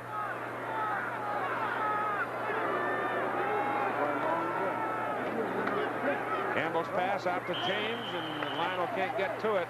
Cooper was there anyway for Michigan. I don't think Lionel could have gone very far. If Campbell had seen Buford, Buford was wide open for a touchdown. The defensive back for Michigan slipped, and Buford was open for the touchdown. Campbell did not see it. And you've got 1 minute and 47 seconds to go in the half now, as Auburn will have to punt it away. Colbert's punts have been 45 and 43 yards, and again it's Cooper deep for Michigan.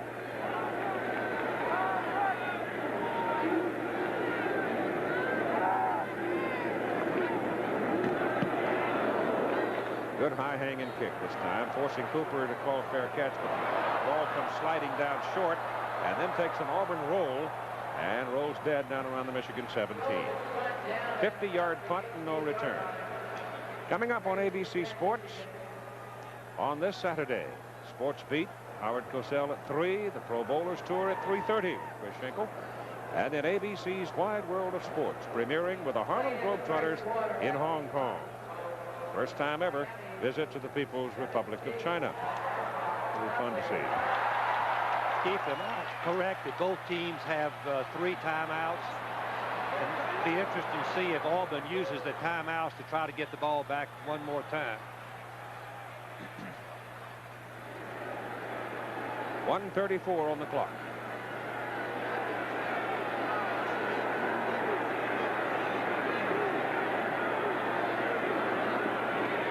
That's the fullback, Eddie Garrett. And he's out to about the 24. He got the better part of 6 yards on that carry, and Miami has struck again to lead 17-0 in the first quarter over the Nebraska Cornhuskers. That is really a shot. Well, Howard Snellenberger is going to bite the stem right out of that pipe. He's a great football coach. He's proven that for many, many years. In fact, Bear Bryant told me that Howard was the best assistant coach he ever had to work for him, had the best offensive mind in particular. They take it inside on 2nd down and 3 with Eddie Garrett, the fullback. And he may have a first down as Humphrey brought him down. Humphrey, number 79, plays the right defensive tackle. His job is to penetrate if he possibly can on these situations. Go inside, and he's being blocked there by James, number 73. Keeps his feet, moves inside, makes the play, but not before another first down. Hurt his arm, had to come out of the ball game. Less than a minute to go down the first half, and a first down for Michigan after 28. And Smith gives the ball off. Up the middle goes Rogers. And Rick Rogers gets something out of the play, not a lot. Looked like the hole was there for a moment, but then a bang-bang tackle by Harold Holman stops him just short of the 30 for a yard pickup. Keith, can you ever remember when we played a game that neither team used a timeout? No. In the first half? Neither team has so far. 15 seconds to go, coming up at halftime. Those are the features we have for you. And halftime is in hand. Michigan's going to stay right in the huddle. They will not come out of it, and we're going to go to the clubhouse at halftime with Michigan leading Auburn by a score of 7-0. And here's Tim Brandt now with Coach Bo Schembechler. Thanks, Keith. It looks like the 2 keys to the ball game have been their turnovers and your ability to pass. Now, yesterday you said you had to pass. You've had success. Well, I think 2 things. One, we dropped too many passes. Their turnovers have helped us. We have to start to generate a running game. We must maintain more possession and get our defense off the field. That's the key. We've got to possess the ball a little bit more, and we can't do it unless we're running the ball back. 7 points on the board. It could be more. You're right about the drop passes. How do you correct that, and what's causing it? Well, I don't know. It's just one of those things, you know. Anytime you play that kind of football, you know, there's a chance you'll drop the ball. All right, Bo. Thank you. The conservative Bo Schembechler no more. 3rd and 1, and he throws a pass. We'll be back with halftime activities after this commercial message and a word from the local stations. The Michigan Wolverines leading the Auburn Tigers in the 50th Sugar Bowl game by a score of 7-0 at halftime. College football certainly not immune to the pressures and problems of our society. Let us now join Jim Lampley as he details one troublesome area. Through the course of the weekend and leading up to tonight's Sugar Bowl game, you've been watching the final college games for a number of senior players, many of whom will be drafted in the upcoming professional football drafts. But several of those players may have already had their first contact with the business world of pro football, if they are among the growing number of college athletes who are approached on campus by agents before the expiration of their collegiate eligibility.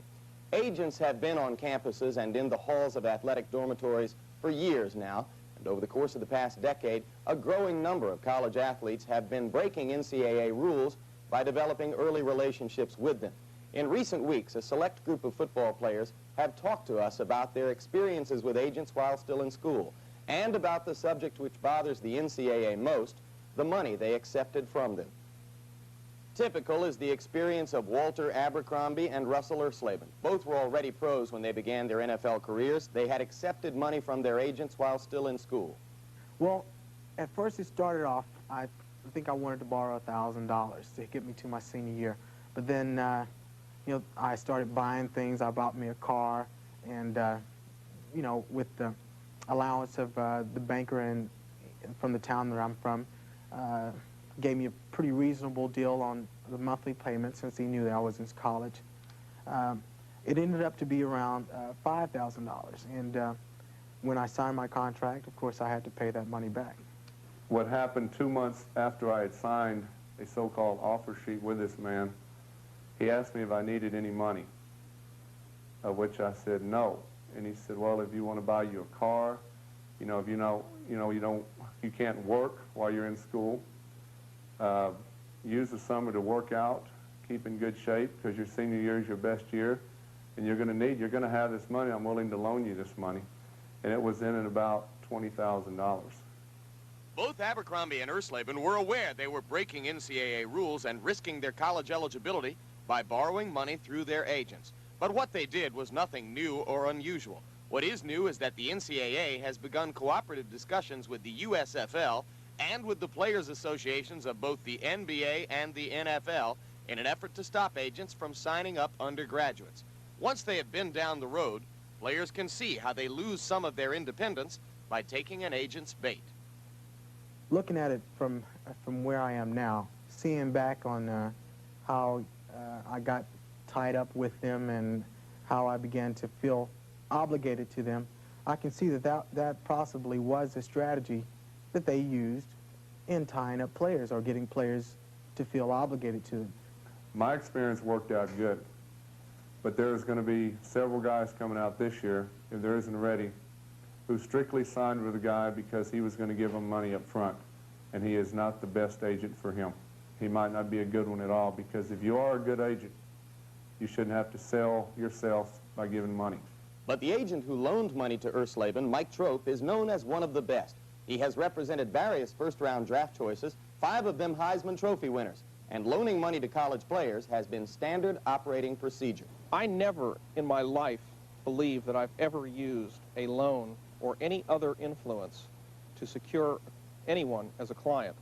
Now, once I secure someone as a client, if they come, or think that I'm going to secure someone as a client, if they then come to me and make a request that sounds legitimate, that they need to borrow some money, then I'm put into a position. I can either accept their request or deny their request, just like a bank, just like when you go in and want to borrow money from a bank. But NFL Players Association counsel Dick Bertelsen says agents aren't bankers. They loan money to attract clients. Most of the competition out there is not on the level of, are you skilled enough to negotiate a contract, but how much are you willing to loan the player, or what are you willing to give him? What kind of promises are you willing to give him? That seems to be what dictates who represents whom. There's no question but that an agent can look at next year's #1 choice, assume that he will get a contract worth, let's say, $1.5 million, figure out that his part of that at 5% would be a given amount of money, and then say, what's it worth me now to get that amount of money later? I'm sure there's a lot of people out there thinking right now that's the way they're going to approach it with the next group of athletes coming out of college. So what can be done? One thing on which players and union people agree is that someone should be educating college athletes in what to expect from the business world of professional sports. But a more radical idea is that college athletes should be given a bigger reward than just a scholarship, so that their empty pockets don't provide a breeding ground for agents and their checkbooks. The NCAA spokesman on this subject is Dr. Richard Perry, Southern Cal Athletic Director and chairman of a special committee which has been formed to study the agent problem. He personally favors direct payment to college athletes. Certainly our ability to provide only tuition, room and board, mandatory fees and books creates a problem for many of our youngsters who come from needy families. If you don't have a fine summer job, there really is little opportunity to have anything other than an existence mentality. And this establishes a very fertile field for the player agent who comes in and fills that void where the student athlete really has need for some money for a pair of shoes, an opportunity to be a person on the campus as opposed to somebody who lives in a dormitory and is just one of the hired hands. Beyond that, the NCAA may have a legal problem in setting up barriers for agents, as Mike Trope points out. The NCAA rules are not the rules or the laws of the United States of America. And for me to even think that I would have to abide by those rules, which I have, but for me to think that I would have to abide by those rules would be for me to think that I'd have to abide by the charter of the Ku Klux Klan rule book, because I don't think that the NCAA rules serve any more legitimate purpose than the Ku Klux Klan rule book would. Trope is only one among many agents who see their approaches to college players as legitimate business practice. He is also the one who implies that if barriers are put in his way, he'll go to court to knock them down. To restrict agents would be illegal, and I will tell you right now that if I catch wind that the NFLPA or the NCAA conspires to do something along these lines, that they will make me a far wealthier young man than I am today. This is a complex story, and we've only begun to scratch the surface here. We don't mean to suggest that all agents use money as a bridge to college athletes, but some of the most prominent ones have. And it bears repeating that the only laws which have been broken are the laws of the NCAA. For the NCAA to be cooperating and communicating with professional entities now is a step in the right direction, but it isn't likely to produce much unless the NCAA can also begin to generate a more positive relationship with the athletes themselves, who ultimately must be trusted to do what they think is right for them. All right, Jimmy, thank you very much. Interesting report. And when you're a burgeoning industry, as college football is, you can expect to have some troublesome areas to deal with. In a moment, we will meet the Chevrolet Defensive Player of the Year. We're here on the campus of the University of Florida in Gainesville for a very special occasion, the presentation of the Chevrolet Defensive Player of the Year Award. As you know, throughout the regular season telecasts here on ABC of college football, our commentators choose the game's most valuable players, and Chevrolet then donates a $1,000 scholarship to those players' school's general scholarship fund. During these past 13 years, believe it or not, more than $2 million has been contributed to this most worthwhile program that benefits all students in every walk of academic endeavor. After the season is over, we once again ask our commentators to vote on the player they deem to have been the best defensive player they have seen all year. Well, the results are in, and we are here today to recognize that player, and to help us do that, we welcome back an old friend, Mr. Tom Stout, General Marketing Manager of the Chevrolet Motor Division, himself an ardent sports fan, and particularly of college football. And Tom, I'm so pleased that you would come here on the campus from Detroit to make this award. Bill, thank you. It's nice to share in this presentation. And I know we've got another great selection this year because college football just gets better and better. You're right about that. And before we meet him, let's take a look at him in action. I think you'll agree we did pick the best. He's number 88 for the Florida Gators outside linebacker Wilbur Marshall. 6'1", 237-pound senior from Titusville, whose efforts on the football field enabled the Gators to be ranked number 11th nationally on defense. Quite possibly, Wilbur Marshall is the best defensive outside linebacker that the Florida Gators have ever had. Wilbur, I've been an admirer of yours ever since I first saw you play. And so it's no great surprise to me that you've been selected for this honor. Thank you, Mr. Stout. I'm honored to receive this prestigious award. You may not know this, but I was an offensive player back at Titusville. I made the switch to defense, and I'd like to thank all my coaches for helping me make this important switch. I'd like to thank my teammates that made everything possible for me. And I'd like to thank you again for this award, because it's the highest honor that I ever received. Wilbur, you're most deserving. And I should add that this trophy will be inscribed with your name on it and put on permanent display at the College Football Hall of Fame in Kings Island, Ohio, for all of you to see and enjoy. Congratulations and lots of success in the future. Thank you. All right, we'd like to add our congratulations to you, Wilbur, and Tom, to you a hearty thank you from ABC Sports. We indeed are grateful for the contribution that Chevrolet has made to all of our college athletes and students in this most worthwhile program. Thank you, Bill. That's nice. Now, let's return for more of the 1984 Sugar Bowl game, Auburn against Michigan, and Keith Jackson. All right, Bill, thanks very much, and our congratulations to Big Wilbur. I'll never forget the ball game he played against Southern California a year ago. 7-0 Michigan leading at halftime, and now it is time for this ABC News Brief. The 1984 Sugar Bowl is being sponsored by Chevrolet, official U.S. cars and trucks of the 14th Olympic Winter Games. Chevrolet and you taking charge. And by Michelob Light, an exceptional light beer with a rich, smooth taste.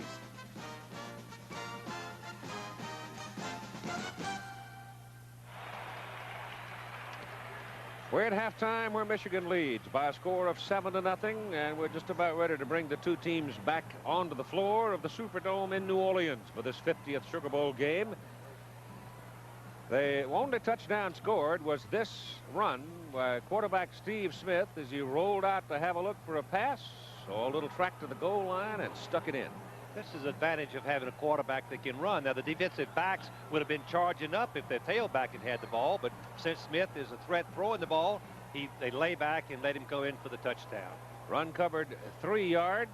So far, it's Michigan pretty well dominating things. Tim Brandt back at the Sugar Bowl with Auburn head coach Pat Dye. Pat, it looked like you hurt yourself badly there with turnovers. I mean, you killed yourself.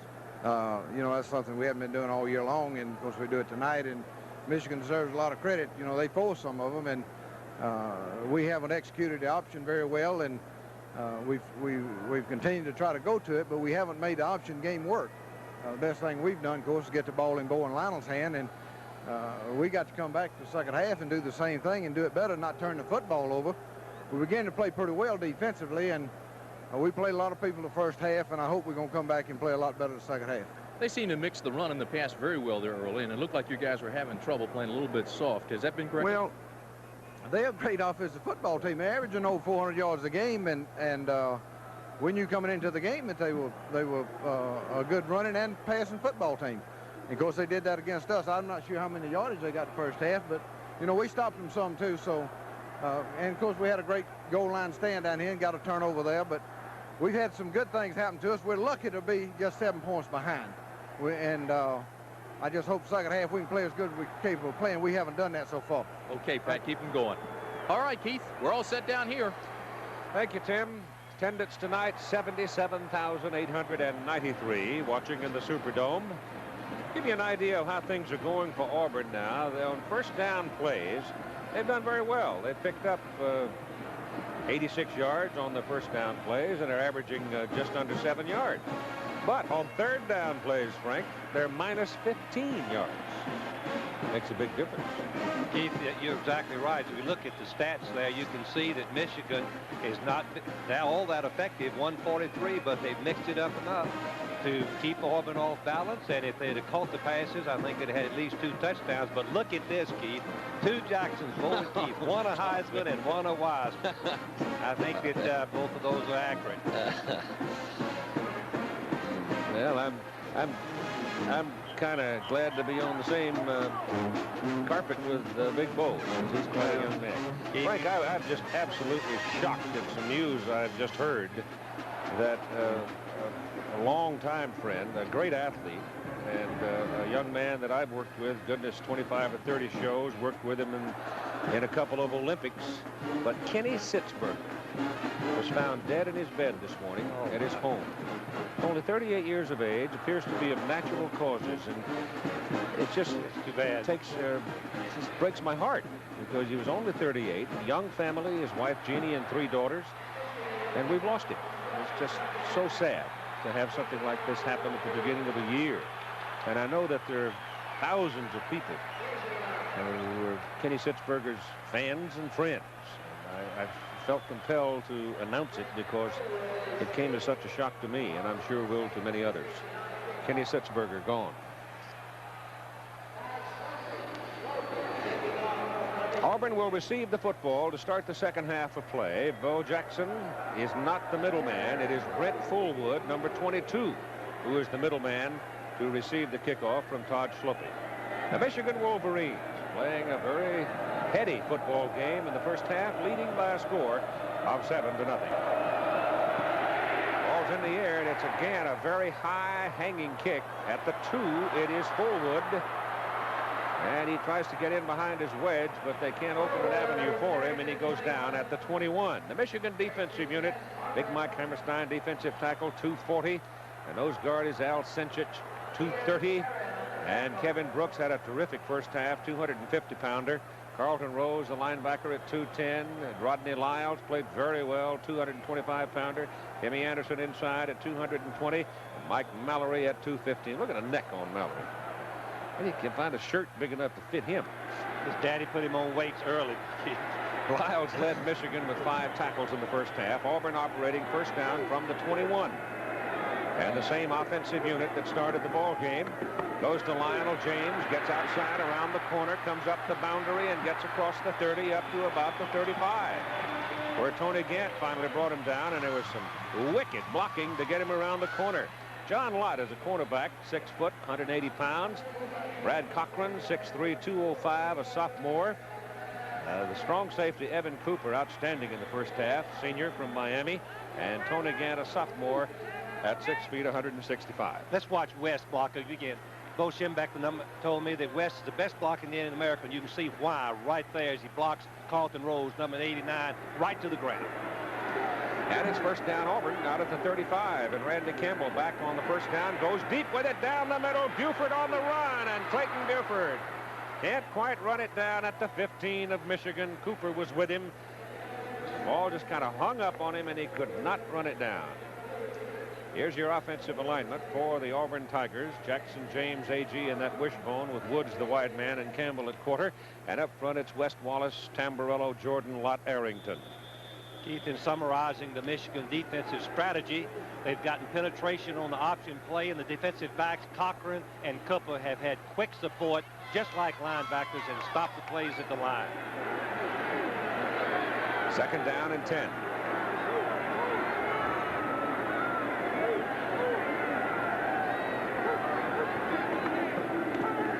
Well, he gave it to the lead man, Agee. And Agee is out just over the 38, 2 yards. So they're looking at third down and long. Here's an interesting stat that may surprise people. Third down conversions, Auburn 1 for 6. Auburn has 6 third down plays and has lost a total of 15 yards. That's despite the fact now that they're averaging almost 7 on first down. Conversion downs have hurt them. They certainly have. Third and about 8. Campbell to throw. Dumps it off to Bo Jackson. Runs through 1 tackle. And then he is gang tackled at the 45, a yard short of the first down. But Campbell had Ed West. It's a fumble. He fumbled it in the pile up, and Michigan comes up with a football. And the Wolverines get another turnover from Auburn. Somewhere in the bottom of that big stack, as he was gang tackled, they forced the ball loose, and Brad Cochran, number 30, came out of the pile with it. You'd have to say that Michigan is playing just a perfect game as far as Bo's strategy. You play defense, you play hard, you limit the other team's offense, you gang tackle, you force the ball loose. Jackson, number 34, has it. He's changing it from left to right. He doesn't have possession. Look at the white shirts coming in that help on that tackle. And the ball pops right out. And number 30 Cochran recovers.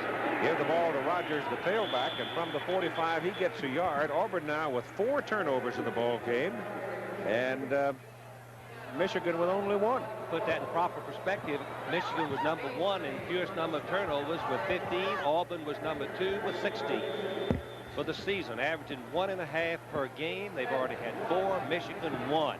Here again, Coach, Keith, I believe defense is just about dominate most ball games. In the bowl games, I should say. Lack of practice time. 2nd down 9. Ball sitting on the Auburn 44. Steve Smith back. Steps away from the pressure. Gets his pass off over the middle. Rogers dropped it. That's 5 times the ball has been on the hands of Michigan receivers, and they have dropped it. John Daly is the defensive end for Auburn.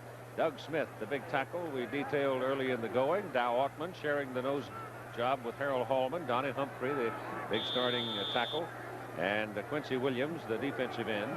Greg Carr, the linebacker, leading tackler on the team, and Jeff Jackson is the other linebacker. And it is 3rd down and 9 now for the Michigan Wolverines at the Auburn 44. They've got Vince Bean and Triandos Marcray both wide to the top of your picture. That's the open side of the field. Steve Smith back, pursuits on, and swings it back the other way to Rick Rogers. And Rick, turning around, had a little room, but in extending himself to reach the ball, fell down. David King, the cornerback, who was hurt early, came back to play. The other corner is Jimmy Warren, a 180-pounder. And the safeties, Tommy Powell is the strong safety at 190 pounds, and Vic Beasley, the free safety, at 185. This is the 5th punt of the ball game now by Don Bracken. Here the turnover numbers, you can see very uncharacteristic of both teams. Auburn's turnovers have really hurt them, but their defense came back out and forced the penalty flag down as that snap comes spinning back and bounces to the punter Bracken. He kicks it out of bounds, and the ball is going to be marked out up around the 18, but let's see about penalty flag. It was only a 26-yard punt. He was aiming for the Calkin corner. It's against Michigan, it appears, and Pat Dye's going to have a tough decision to make. I believe I'd refuse it. No, if it's only a 5-yarder, though, it won't make that Wouldn't make that much difference. He might kick it out of bounds inside your 10. That's right.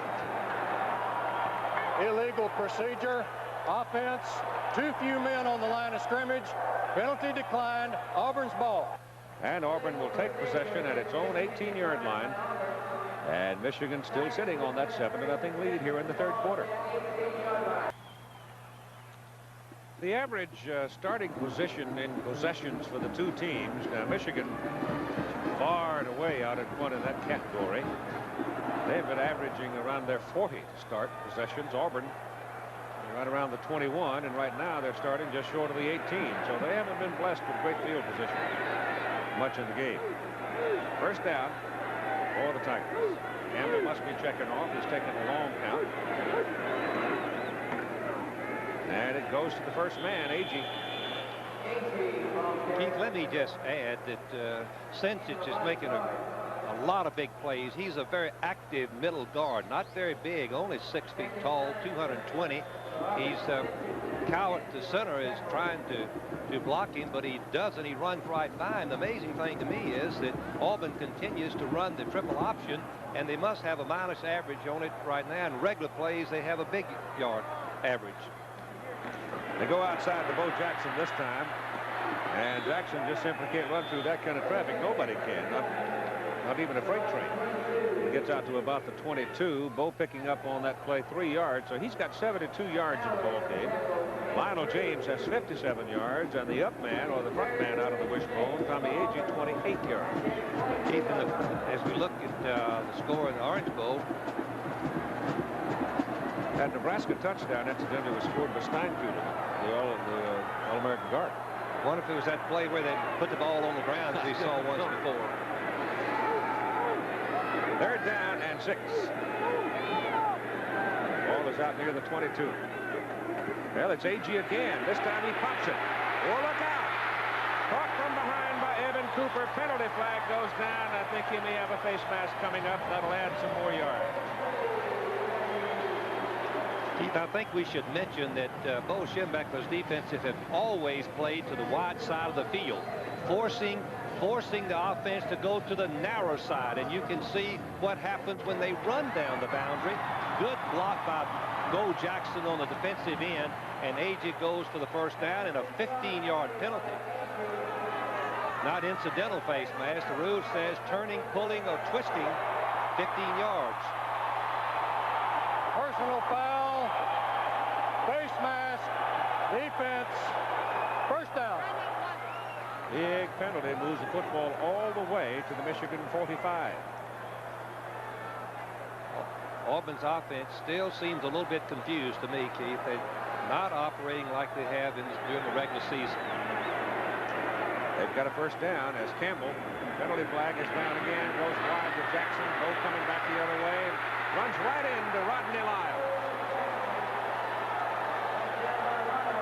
Once again, they were trying to go to the wide side of the field. If you can run the football the wide side against Michigan, you're just better than they are.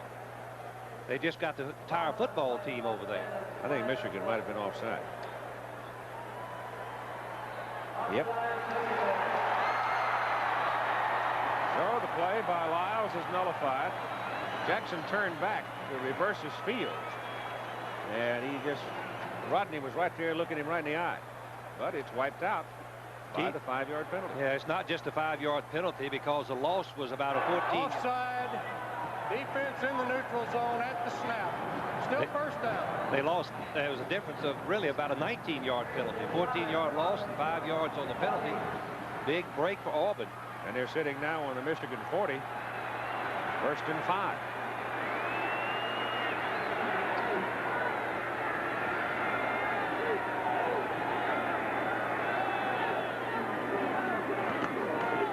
Well, he gave it to the front man again, A.J. And he's down to close to the 35. Looks like he might be a yard or so short of his first down. I know when we used to play Texas, Keith, when we used to play Texas wishbone, and I've seen Oklahoma many times, they would call a predetermined play to get the ball pitched. Auburn doesn't do this. They read every play. The penetrating lineman is forcing the handoff to the to the fullback, and therefore Jackson is not getting the ball. Lionel James has the first down.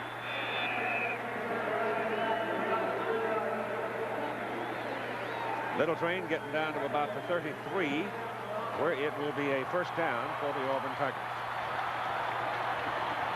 Time remaining third quarter, 9:37.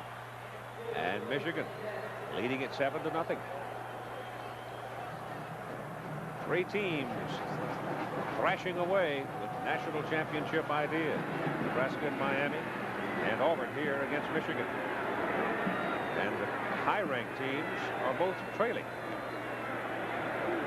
Illinois, number 4, defeated today in the Rose Bowl roundly by UCLA, 45-7.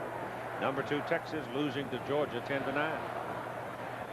Keith, I go back to watching the bowls many years. It seems to me the underdog wins about 75 to 80% of the time. 30 days is a long time to be the underdog, and reverse of that to be the favorite. Auburn bench asking the crowd to quiet some. A crowd of 77, almost 78,000. That's Jackson. Bo Jackson inside the 25 and close to another first down. Boy, when he gets it turned upfield, his shoulder square, he can really lay a lick on you. The offensive line really came off that football, but the key on that play is West, number 85. He had lined up to the right, shifted over the left because Michigan flip-flops their linebackers. Number 80, Lyles, is not used to playing a tight end, and you can see the hole that was opened up by the block of West. And it is second down and less than a yard. Back to Jackson. Jackson's got the first down at the Michigan 21.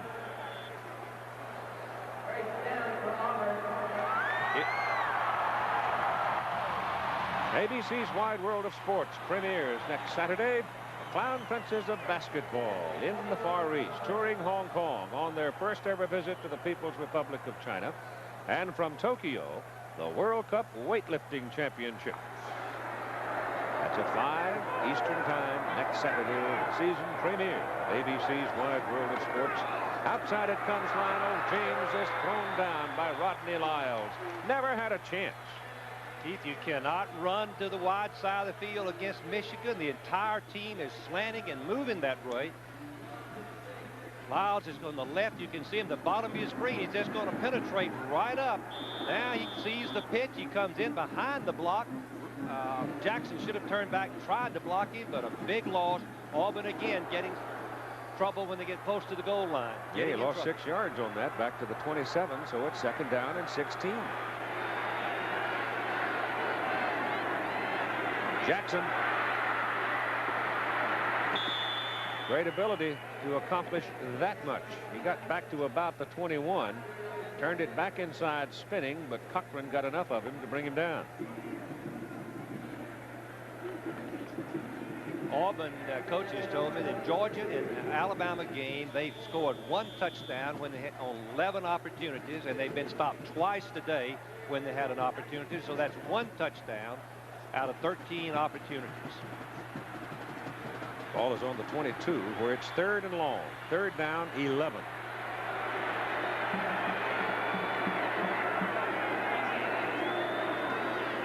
Give it to James up the middle. Lionel James is caught and brought down as he gets over the 15. Somebody made a great tackle to save a touchdown. Cochran, Brad Cochran. Brad Cochran, number 30, the draw play. The block by Jackson on the linebacker, and you can see number 30 made a diving stop of the James. Watch Cochran, number 30, just a sophomore, missed all of the season last year, comes in and I believe that James would have scored had Cochran missed that tackle. Del Greco is in for a field goal try. They'll mark it on the 21. It'll be 31 yards. He has missed 1 earlier from 36. This one is up high enough and splits the middle. And Auburn finally gets on the scoreboard. At 6:17 to go in the 3rd quarter, it is now Michigan 7 and Auburn 3.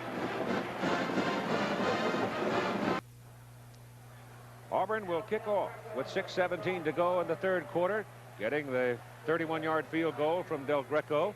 Michigan sends Rick Rogers and Evan Cooper as the deep people. Del Greco to hit it. And we'll see whether or not old momentum has changed shirts. Kick is way back into the end zone. Evan Cooper will put it down there, and it'll miss Michigan's football 1st down at their own 20. Steve Smith is 5 of 17 for 55 yards, and you can see Nebraska has just scored again in the Orange Bowl, and that is now Miami 17-14. Nebraska's first touchdown was the old guard around play. Some of you may remember it a few years ago in an Oklahoma game when Randy Schleusner picked it up, quarterback laid it on the ground, Schleusner picked it up, ran it in for a touchdown. Well, tonight Turner Gill laid it on the ground, and big old Dean Steinkuhler picked it up and ran it in for a touchdown. 1st down for Michigan. Let's see whether or not Steve Smith now can get some momentum going for his offensive unit as he pitches the ball back to Rick Rogers. Rogers running wide and busts a couple of tackles and gets across the 30. There were 2 Auburn men out there. Number 91 was over there, Ben Thomas, and David King, 27, and by golly, Rick Rogers just split him. 91, Thomas, fine junior tackle, alternates at both positions, pursues beautifully. He gets good support from King coming up. The 2 of them should make the play, but watch this. Rogers, a slasher, 225, cuts right between them, keeps those legs churning, and comes close to scoring. Got a 1st down out of it, picked up 12 yards up to the 32, and they hand it inside to the fullback, Garrett. Garrett now has some daylight, and he's out to the 38. That's a good 6 yards there. Quincy Williams coming from the backside should keep right on the line of scrimmage. He gets a little bit too deep where he cannot really put his shoulder pad into Garrett, number 32, and he misses another tackle for Auburn and a big gain for Michigan. 2nd down and 4 for the Wolverines as Mark Ray comes to the bottom of the picture.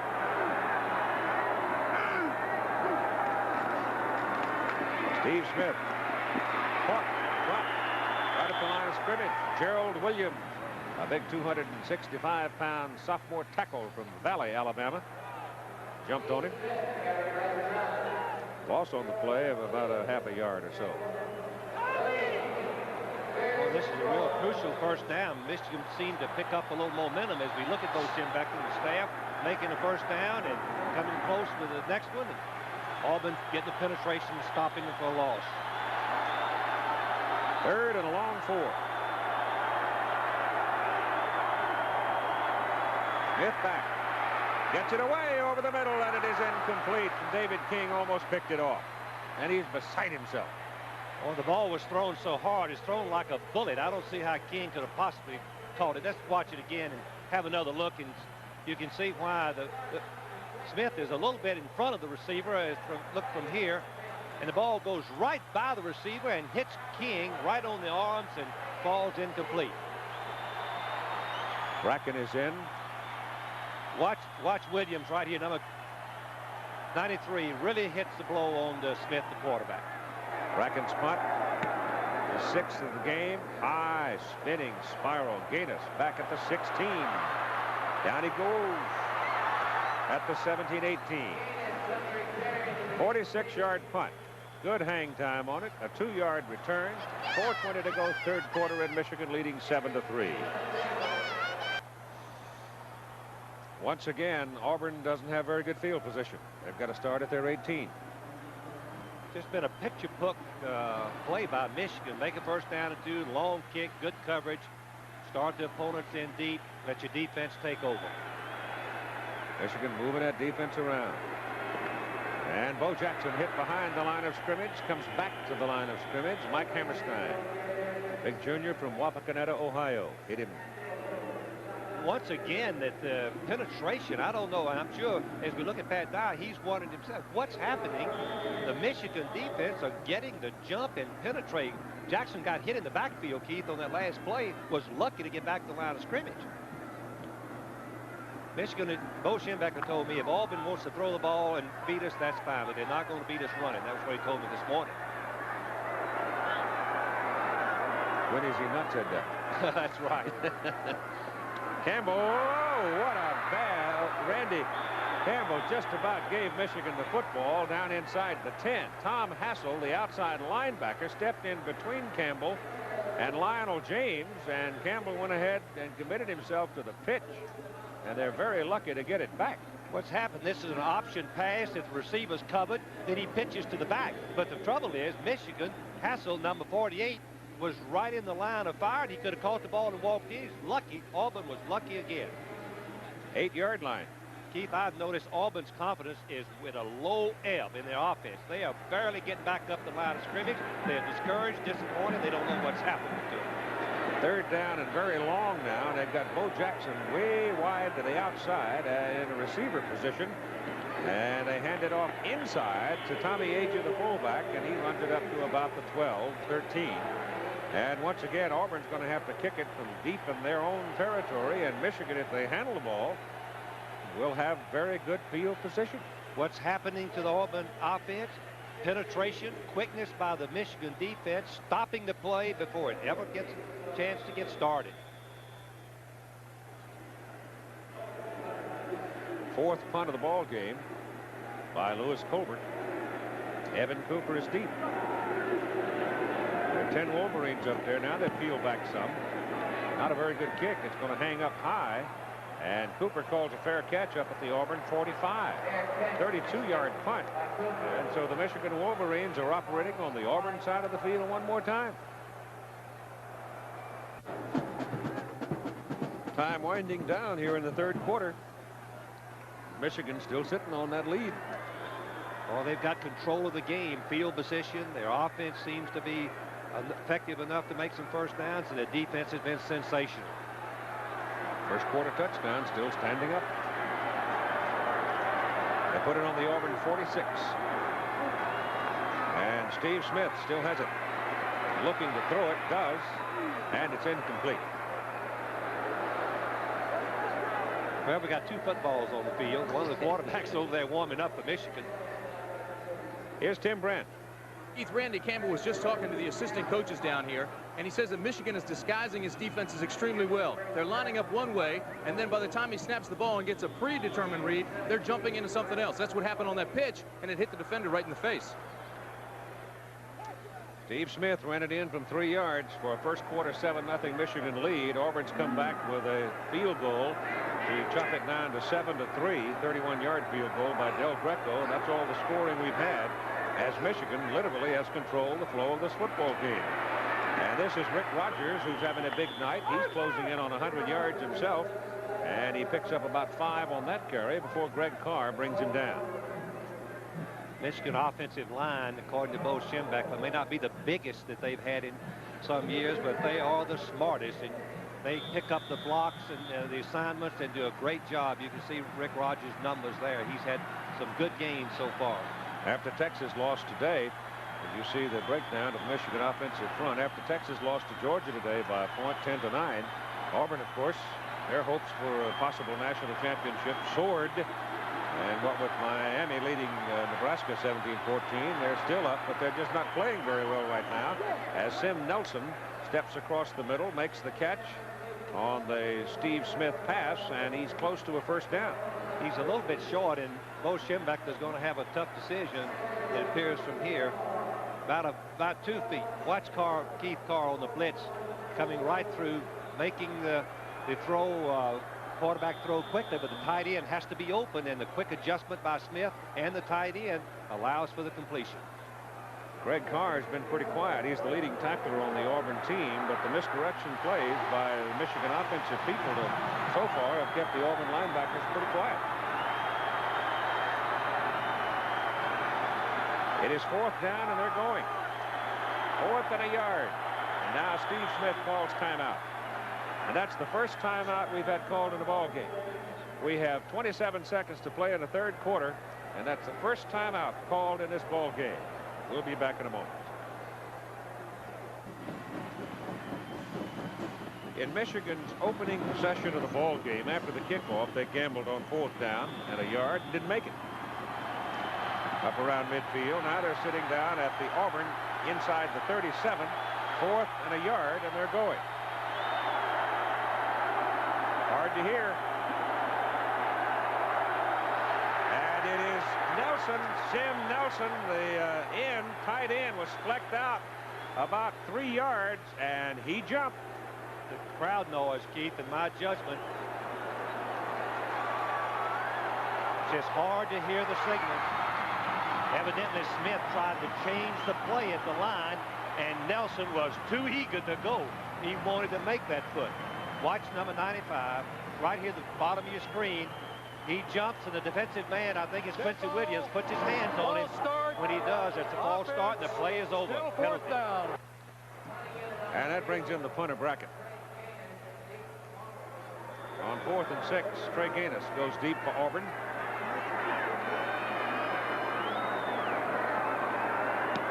And it's spun to Gaines at the 11. Fair catch call. Let's repeat what we played earlier in our ball game when Bo Schembechler told about how they had tried to prepare for the crowd noise in the dome. We practiced indoors. We have an indoor facility at home, and we piped in crowd noise. And when I say piped it in, we came out of those practices with headaches, not from hitting, from the noise. So we have worked against it. But if you're going to do a lot of work at the line of scrimmage, that communication can beat you. It's hurt us in some games in noisy stadiums this year. So that's the reason we worked hard on it. Keith, what he means by work at the line of scrimmage, meaning that Smith comes up and changes the play, looks over the defense, he sees where he might make the best yardage, and he calls that play at the line. Ball is just short of the 12. For Auburn, they've had bad field position most of the night to start possessions. They give it back to Bo Jackson. And Jackson just keeps on turning and runs them out of trouble after the 24. The play that he makes this yard is a reverse play. It's going to start to your left of your screen, a fake to the fullback, hand back to Jackson. Michigan pursues very quickly. Anderson, number 57, is blocked by the tackle. Jackson tries to cut back, finally get him down, but not before a nice game. Picked up 12, and it's first down Auburn at the 24. Time just about gone in the third quarter. They get the snap off. Pitch it out to Lionel James. He's got some daylight. And he runs it across the 35, and that's another Auburn first down as the third quarter comes to a close, with Michigan leading still by a score of 7-3. And we'll be back with this 50th Sugar Bowl game after this commercial message and a word from a local station.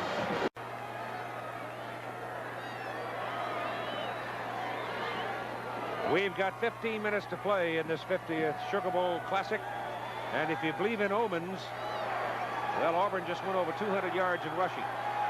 They have not lost a game this season in which they've gained 200 or more yards on the ground. They have it first down at their own 35. They trail 7-3, and whistle stop them. Once again, the crowd noise, Keith. The quarterback was getting ready to snap the ball, and the lineman moved. Auburn has been substituting regularly. Jordan, their all-conference players, just coming back in at the offensive guard position. Ostrowski, number 65, coming out. Dead ball. Ball start. Offense. Still first down. Here's the number that Keith was talking about. Auburn, and as far as that Michigan, the only games they've lost is when they failed to rush for over 200 yards. Both, here are the stats. Auburn has picked up and gained, as you can see. But the big problem, Auburn has had 4 turnovers, something uncharacteristic of them. They only had 16 for the season. First down and 15. Ball back on the 30. Oh, that Michigan man really came off in a hurry. I think he might have been a little bit too quick. Oh, looked like nose guard Sincic.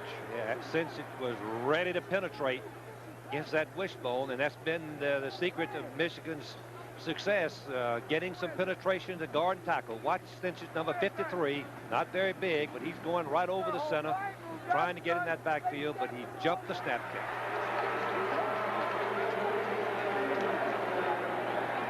So we've had 5-yard penalties marked off here, and we've run no time off the clock in the fourth quarter. Dead ball. Illegal procedure. Contact by the defense in the neutral zone prior to the snap. Still first down. Yan Coward has been playing most of the time at center tonight. Ben Tamburello has an injured left hand, and it's hampering his play some. This is Lionel James looking around, trying to find some daylight. And he wiggled around, and sure enough, there was just enough to get into the boundary before Cochran knocked him out, and he picked up 6. Auburn makes a lot of people miss tackles, and Bo Schembechler told me, so I don't see all that good blocking. I see missed tackles. I said, yes, Bo, but look at the ability they've got. Here is a perfect example. Watch James get, he should have been tackled right there, right at the line of scrimmage by Hassel, but he has that elusiveness, those moves, and he ends up making a nice game. Kyle Collins ran out of his shoe blocking on the play. Tommy Agee is back in at fullback. Tommy out to get some rest. Second down, 3 after a 7-yard pickup by James. Campbell making Michigan wait. Gives the ball to Agee. I think Agee's probably carried the ball as much tonight as he has in any game other than perhaps the Maryland game, where Maryland gave him a little more room to operate. He's carried 10 times so far tonight and picked up 56 yards. The reason he's carrying the ball is Michigan is penetrating deep enough that the quarterback cannot get outside, and he's hoping that Agee has running room inside when he leaves it with him, but he doesn't. The Michigan defense reacted beautifully. Third down and still 3, and Auburn is now 2 out of 10 on third down conversions. Give the ball to Jackson. Yes, sir. They don't do it, though. They give it to Agee. And it just depends on the spot.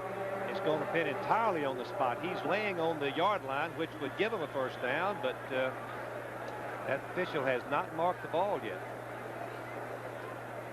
I believe it's a first down. Looks like they brought it back. They brought it back. They moved the ball back 3 inches. If I was Pat Dye, I'd be out. No, I wouldn't be out there, but I'd be yelling. It's going to be 2 inches short. He moved the ball back. Auburn runs on 4th down many times during the ball game. That's nothing unusual for them. During the season, they run on 4th down over 30 times. But I still would be scared. Auburn fans have got to be uptight right now. Could be the ball game. Yes, sir. If they make it, they've got a chance to win. If they don't, the defense will be very discouraged when they take the field. Oh, my goodness, what would you do? Penetrate on Michigan. 34, that's what I'd do. Michigan's coming, too, boy. Campbell keeps it. He's got the first down. Well, they're not giving him a very good mark, Keith. They certainly aren't. They're not giving him that a mark linesman at from all. the far side has marked him short. He sure did. That 45-yard line. Boy, they didn't give him anything. Campbell trying to climb up his center's back. I don't know why they didn't go Bull over the top. That's their #1 play, has been all season. Hand off to Jackson, he just goes right over the top. That's been their best short yardage play. And Campbell, he only weighs 165 pounds. Not very good running quarterback when you step back. Well, the offensive folks had better exercise some cheer for their defenders right here. The ball is inside the Auburn 45, where it is first down for the Michigan Wolverines. They lead 7-3 with 13:44 to play in the game. It is the 4th time that Michigan has been able to start a possession on the Auburn side of the field. And yet, Keith, they haven't scored the one time, and that's a real credit to the Auburn defense. They've got to have an awful lot of leadership right now. It's got to assert itself, come out, and try to get the balls back for the offense. Well, field goals start looking pretty prominent here, That's right. That's right. Auburn has to win the game. They'd have to go for 2. If they should score a touchdown after a field goal. This is Rick Rogers. Penalty flag goes down as Rogers gets to about the 43. Number 9 came flying in, Tommy Powell, and then missed his target and took himself right out of the play. I believe.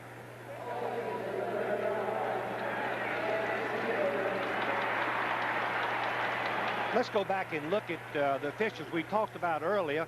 And the one thing that watch the well, that's a first down.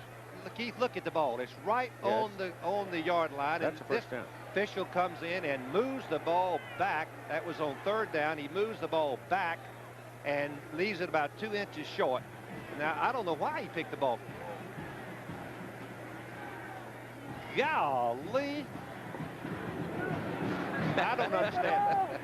Well, the linesman had marked him with his left foot, right? Why would the umpire He was step inside the yard mark, the line. So watch him. See the linesman here. See his left foot. Now the umpire's back there spotting the ball again. What? I don't know why the head linesman's not spotting. Now he's back. There's the ball right there on the yard line in the first down. Well, the penalty was against Michigan for holding. It's first down and 20, and up goes Rick Rogers. Down goes Rick Rogers. Short of the line of scrimmage. Well, Greg Carr, the linebacker, 54, came firing through and got him with some help from Quincy Williams. Keith, we'll see if Pat Dye's theory of the 4th quarter being his since he's substituted. You can see he's been running in and out these defensive people. They haven't played over 35 plays, and Michigan has been playing most of the ball game with very few substitutes. It's 2nd down. The football is sitting just short of the Michigan 48. And they've got to go down inside the Auburn 35 to keep the football. 2nd down. Bullet slapped down by number 42, Jeff Jackson, the senior linebacker. Most coaches will tell you that linebackers, when a run and play fake, don't have a chance to break up the deep curl. Jackson, number 42, has 4.7 speed. Watch him. He watches the quarterback. When Smith uncalls the ball, look at him, watch him dive, get his left hand on the ball. It would have been a completion and a first down. Great play by Jackson, the senior linebacker. Smith now started out like gangbusters in the first quarter, but he's cooled off. He's 6 out of 21 for 59 yards and 0 for 7 on 3rd down attempts. The last 7. Ball is intercepted. Caught by an Auburn man at the Michigan 40. Goes down at the 39. It's Greg Carr. Boy, when you've got a defense like that, you have got an ace in the hole. Smith got hit by one of the Auburn rushes. Let's see. Jeff Jackson hit him. Jackson, number 42, blitzing. You can see both linebackers, 42. And let's see, Garrett tried to block him. Well, number 9, Powell, had his arm, and Jackson was hitting him right in the middle. Had 2 men on him, appeared to me, Keith. And who intercepted? I can't see. Greg Carr. Greg Carr. What a play for Auburn. Well, let's see if the defense is now giving the offense the football on the Michigan 39. Let's see if they can do something with it. But the Wolverine defensive people have just been superb so far in this football game. They have befuddled and literally stopped the Auburn Wishbone. Ball goes to Bo Jackson. And Bo Jackson is hit by Hassel. Tom Hassel, number 48. Hassel is not very big. He's only 6 feet, weighs about 210, but he plays about 240. Penalty coming up against Auburn. Procedure. Once again, to me, it seems that the quarterback and the lineman cannot hear the snap count. Auburn still is going to have to throw some. The Michigan defense are all over the running game, meaning they've got 10 men up there close, ready to tackle the ball carriers at the line of scrimmage. One man playing deep, really. That's the one on the wide receiver. Everybody else playing the run. 12 minutes and 28 seconds to play in the football game. Tamburello is back in at center for Auburn. Well, the first man again. That's 11 carries for Agee. And he roots it on down to about the 41. I cannot understand that you still try to run the triple option with everybody up on the line of scrimmage. And they're making the fullback keep the ball, and that's wise, where they can't get the ball outside to Jackson. You can see Pat Dye is giving the offensive coordinator some instructions right there. Jack Crow. That's Bo Jackson hit at the line of scrimmage. Momentum carries him inside the 40 to the 37. So they've 3rd down and 9. Look at these numbers here. Bo Schembechler told me, I said, Frank, I said, Bo, you're going to single cover the receiver? He said, we're going to force them to throw. If they throw and beat us, they've just beaten us. But they're not going to beat us running the football. There are the percentages. 3rd and 9. Up the middle, Jackson does not get the first down. He stopped short of the 32 by Mike Mallory. Well, if I in this situation with a possible national championship, at least the ramifications, he's got to go for it. He's got to go for it. I wouldn't attempt to punt or field goal. Got 4 good yards to cover. Well, they haven't made 4 yards on 3rd down today, I don't believe. Maybe 2, but not 4. Double wide receiver, triple receiver. That's a pretty good formation. Yeah, he's got Jackson in the slot. Now they can roll out that way and have a chance. Jackson coming back. Campbell keeps it. He's got the first down. Big play, Randy Campbell, Michigan 18. Here's a great play by Campbell. A tricky play. They lined up in a passing formation. Jackson comes back in motion, and then it's a reverse kind of play, and you can see that it caught Michigan unawares. They were out of position, and Campbell once again makes the key play on 4th and 4.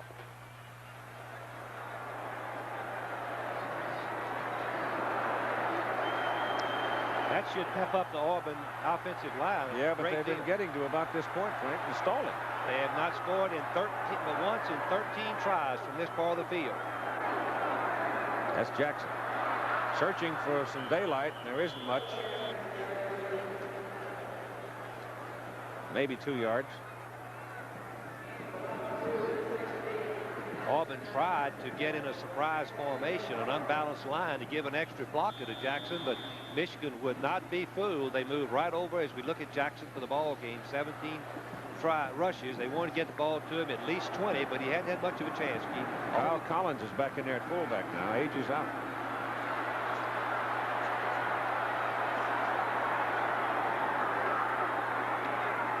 Well, they give it to Collins. Michigan just swarmed it. I don't want to talk strategy, but I can't help but doing it because Michigan is penetrating, forcing the fullback to keep the ball on virtually every triple option.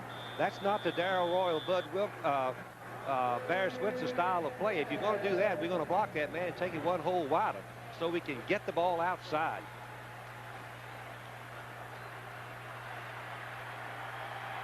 Well, they've broken the bone again. Same formation of the last big play. Triples to the right. 3rd and 7. Campbell looking to throw it. Goes down the middle with it. And did they intercept it? No. No, incomplete forward pass. Almost picked off by Tony Gant. Well, now Pat Dye's got a decision. He's not. Yes, he is going for the field goal. He's got 8 minutes and 53 seconds to play in a football game. Here's Wes, the deep man down the middle. You can see that Alabama, I'll get it straight in a minute. Michigan's all over him. I was going to say, Keith, that Del Greco has missed one field goal already today. He's been 1 for 2. Well, he hit from 31, and this is from 31. He did kick six in a row against Kentucky this year. Mike Mann will hold it. Trying to make it 7-6. Not a leg, and it's good. So with 8 minutes and 51 seconds to play in the football game, Auburn pulls within 1 point at 7-6.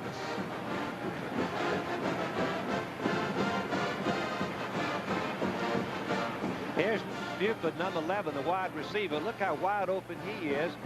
Campbell just couldn't see him. Look at yelling, give me the ball, give me the ball. He's wide open for a touchdown. Oh my goodness, there wasn't anybody within 8 yards of him, but he didn't see him. Well, the Auburn defense gave the offense the football, and on the Michigan side, they could only get 3 points out of it. But they're now down by just 1 point, and Del Greco kicks off to Cooper at the goal line, and Evans coming out to about the 20. 8 minutes and 46 seconds. And once again, the heat's on the Auburn defense. They've got a hold of this Michigan team. Michigan's offense has been pretty quiet now for the last 2 quarters. I think the difference in the Auburn defense, they're getting a heavy pass rush on Smith on virtually every time he goes back to pass. And that has been the big difference. You can see the Michigan last 6 possessions, only 1 first down in the last 6 possessions. That is a great tribute to that Auburn defense.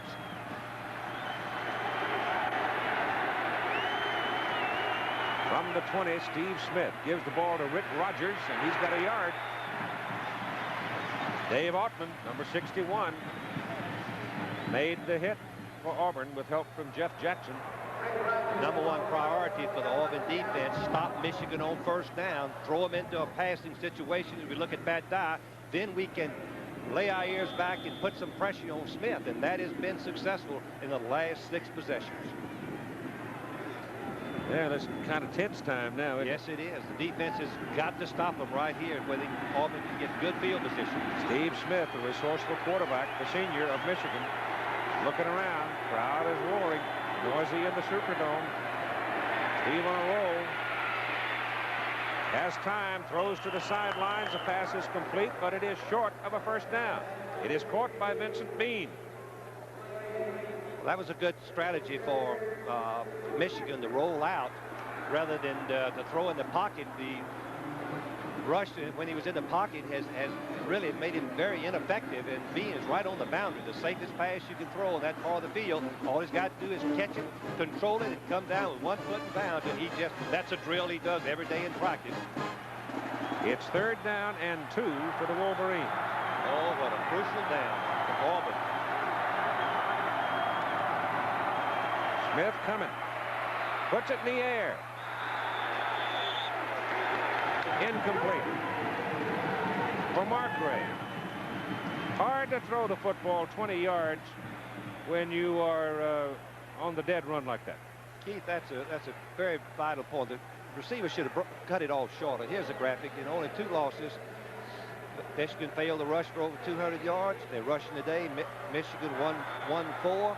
Auburn's got a chance to win because of it. There was a fellow that was part of the Sugar Bowl ceremonies, great players of the 50-year history. A couple of them involved here. Fellows named Charlie Trippi and Harry Gilmer could throw that pass. It's a low kick. Gaines may have a little room. Went the wrong way. He went toward the boundary side of the field and ran right into a Michigan man, Bob Perryman. 38-yard punt, and Auburn will have the football. Fairly good field position up around the 39-yard line.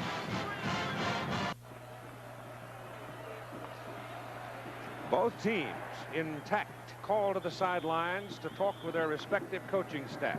And Pat Dye looks to me like he is a little hot. He is hot. The strategy has not been what he expected. goes that lead man out of the wishbone. Tommy Agee fighting for yardage and still pounding away. And he's up to midfield, and that's a great run. There's a penalty, though. No, he didn't. I'm sorry. It's a first down. I'll take it back. Boy, did he keep his feet. He made most of that yardage on his own. He was hit at the line of scrimmage. Age is just a freshman. Although he has 4.5 speed, you can see the defensive end ran up the field. Now Agee starts trying to cut back, and Cochran should have made his tackle with his arms, and now another man has him right there. I can't see that number. 14, Gant, and Cochran missed him. Yeah, but Cooper had a shot at him. He just tried to stick his helmet in his stomach, knocked the ball loose instead of using his arms. Didn't use his arms to wrap him up. First down, and they go back to Agee again, and he's got a couple of yards at midfield, moving it down to about the Michigan 48. ABC's Wide World of Sports premieres next Saturday at 5 Eastern, 4 Central Time. Both segments in the program will come out of the Far East, the Harlem Globetrotters in Hong Kong, and the World Cup Weightlifting Championship from Tokyo, Japan. The best play that Auburn can run against what Michigan is doing is a base handoff to the fullback, but block everybody, not finesse it. That's Bo Jackson on that counter play, coming back down to about the 45, and now they're looking at 3rd down and 5. Boy, if Auburn had a pass off of that particular play, they could have scored a touchdown, because Michigan, believe me, their backs are right up on the line of scrimmage, making the tackles as the ball carrier hits there. They're literally playing at 8-3 right now. Yes, they are. And the safety is only 4 or 5 yards deep. Now the spread formation runs them into a different defense.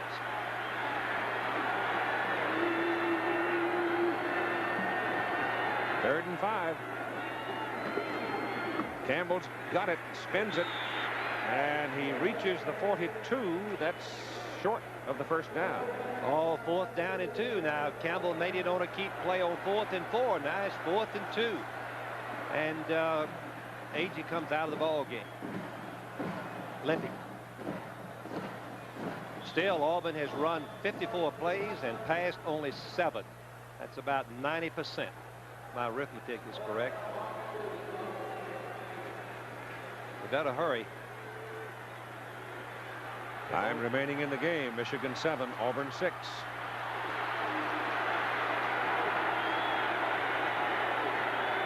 Kyle Collins looking around. Give it to Lionel James, going to the outside. Got the first down. The little man. Bo Jackson, big block to get him around the corner. Oh, I don't know, Frank, but this is a well-executed play by Auburn here. You get a good block from, they get a good block from Collins, 23, and also Jackson, but the key is right here. Yep. Cooper, 21, overruns the play, and the lucidness of James, the ability of James, diving across, cutting back for the first down. But this Michigan defensive bunch has just played their hearts out. They certainly have. Their scheme has been outstanding, and their effort. First down just inside the Michigan 39 with 5 minutes to play in the game. This is Bo Jackson. And he pounds his way on down to the 31. Evan Cooper finally brought him down. One thing that we see a lot of missed tackles against the wishbone, because the defense is spread very thin, trying to play the fullback, quarterback, and the pitch man. There's not a lot of gang tackling. Cooper is hurt on the play and down on the field, as you see the numbers for Bo Jackson.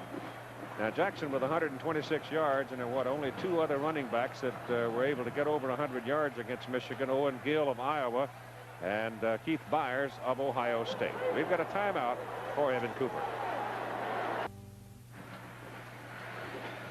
It is 2nd down. That big run by Jackson. 2nd down and about, well, it's not quite 3 yards, 2.5 or so. Time 4:40. All on the Michigan 31. Got to go inside the 29 to get the first down.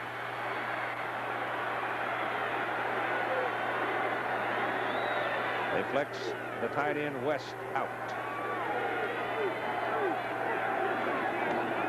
And Campbell keeps it, and he is hit right at the 30-yard line by Al Sinsich, the junior out of Cleveland, the nose guard. Or the Michigan defense. When you play defense for Bo Schembechler, as we look at what the Auburn backfield has done, pretty darn impressive, but they've had so far to go. The field position been so bad they can't get any points on the scoreboard. But to play defense for Michigan, you are selected on your attitude, your intensity, your dedication, your commitment, and the Michigan defense shows it right here. 5-man front right now. 3rd down, 2. Lionel James cuts it back against the grain and will have the first down. So once again, 166-pound Lionel James makes the big play for Auburn. What a great player he has been for 4 years for Auburn. The coaches tell me he's really the leader of this football team. He is the bell cow, the one that peps them up, asserts the leadership, gets them going when they need to. You can see him hustling them up there in the huddle right now. Cooper has come back into the lineup for Michigan. Evan Cooper played an outstanding ball game. Shaken up, shook it off, back in. First down, Auburn. Michigan 28 down the line, goes to James. Jackson with a block for him. Can't get around the corner. Evan Cooper made the play for Michigan. And he's hurt again. No, he pops up. Yeah, Cooper's a tremendous football player. Hurt his shoulder a little bit there. Seems like he got it stung. But Cooper came up and took on the blocker, Jackson, and got away from Jackson's block and made the tackle. Once again, Auburn, I want to mention again, Auburn has been in this position on the field in the last 3 ball games 15 times. Has scored 1 touchdown. As Bo Schembechler, what a great career he has had. Tremendous defensive football coach. And you've got a timeout now with 3 minutes and 8 seconds to play in the football game, and it's 2nd down and 10.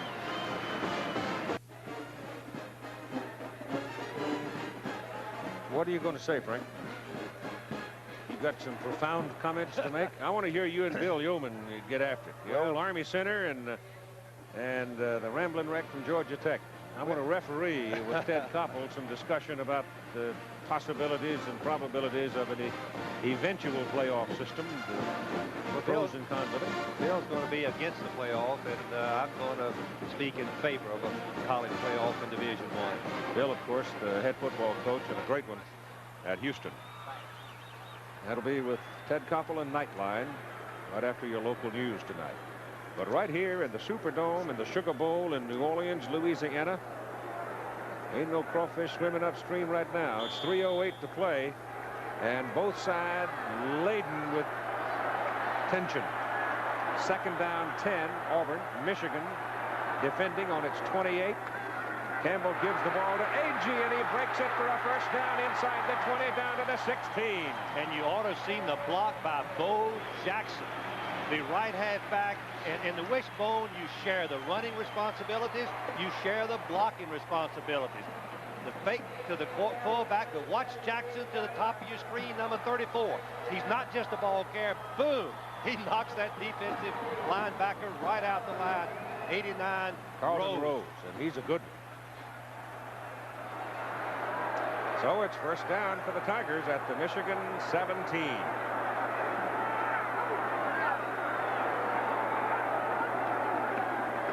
It's Jackson again to the 13.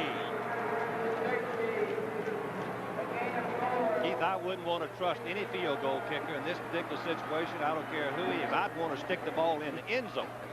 Take it on in. Don't worry about a field goal. You've got to score with it. Oh, it's just too much pressure to put on a kicker. Too much at stake. Auburn hadn't been in this position in many, many years. Biggest bowl game in 20 years. First conference championship since '57. Jeff Parks in, double tight in alignment. On 2nd down. They're up the middle. It is A.G., and he fights his way to the 5. First and goal. It is A.G. who is doing it now for Auburn. Bo Schembechler told me if the fullback can make that yard, so be it. But watch his second effort. He runs straight up. Many people say that a fullback cannot make yards running straight up, but the Michigan defense overruns it a little bit. Mallory, the linebacker, outplaying the quarterback, letting the fullback break for the first down. Oh, I tell you, that's hard work when that kid's playing, too. Watch, he gets hit right there. The people running out for the option play allows the fullback to break for the first down. Red shirt freshman. First down and goal. The ball is just outside the 5. Outside, Lionel James. He's caught behind the line of scrimmage and knocked down back on the 7. The man who made the play, Carlton Rose and Brad Cochran. Michigan turned that option play into a sweep. The defensive end blitzed, came right in and forced the pitch immediately. Linebackers and everybody pursued to the outside. Watch Rose, number 89, is a stunt. Hassel takes the quarterback and Rose is out there. No one to block him. They confuse the blocking scheme. Jackson should have been out blocking the 89. Second down and goal from the 7 behind the line of scrimmage. The play is made by Jeff Cohen, the strong safety number 10. He's playing in place of the injured Evan Cooper. Keith, I don't know why they don't use one of their timeouts right here. They got 3. Well, they're going to run straight up the middle and try to make the first. No, they've got to go all the way. They got to go all the way. It's third down and goal. Keep it right between the goalposts. At least it's coming down to Del Greco if they don't do something here. It's Bo Jackson heading for the corner. And he's out of bounds. He's out of bounds inside the 5, near the 3. It'll be 4th and goal with 27 seconds to play. And here comes Al Del Greco. From the left hash mark. He'll be kicking from the hash mark and not from the middle of the field. Jackson made a great effort and tried to score all on his own. No blocking whatsoever. In fact, he hadn't had any blocking, Keith, in my judgment, any tonight. Made most of his yardage on his own. Well, it comes down, I'm sure Michigan will call timeout and let him think about it a while. He missed from 36. He hit from 31, and he hit from 31. And this one is from 19. And there's your timeout right there. So Michigan spins a timeout. They have 1 remaining. 27 seconds to play in the Sugar Bowl.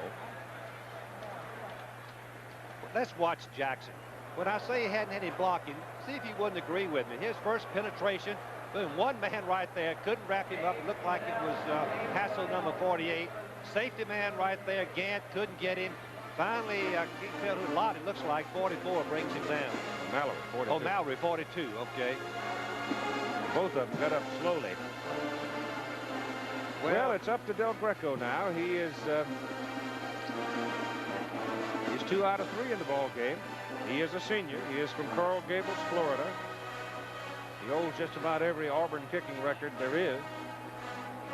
He's been pretty good inside the 30, Frank. He's 6 out of 6 this year. Yes, he is. Well, he's missed 3 during the season.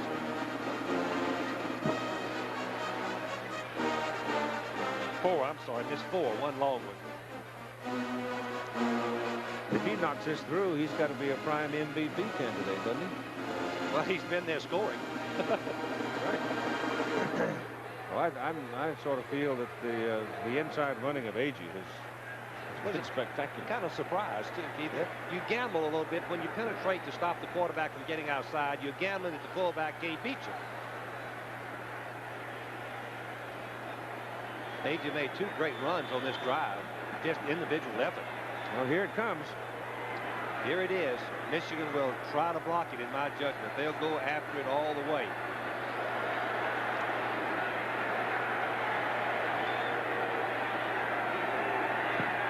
It's up, and it's good.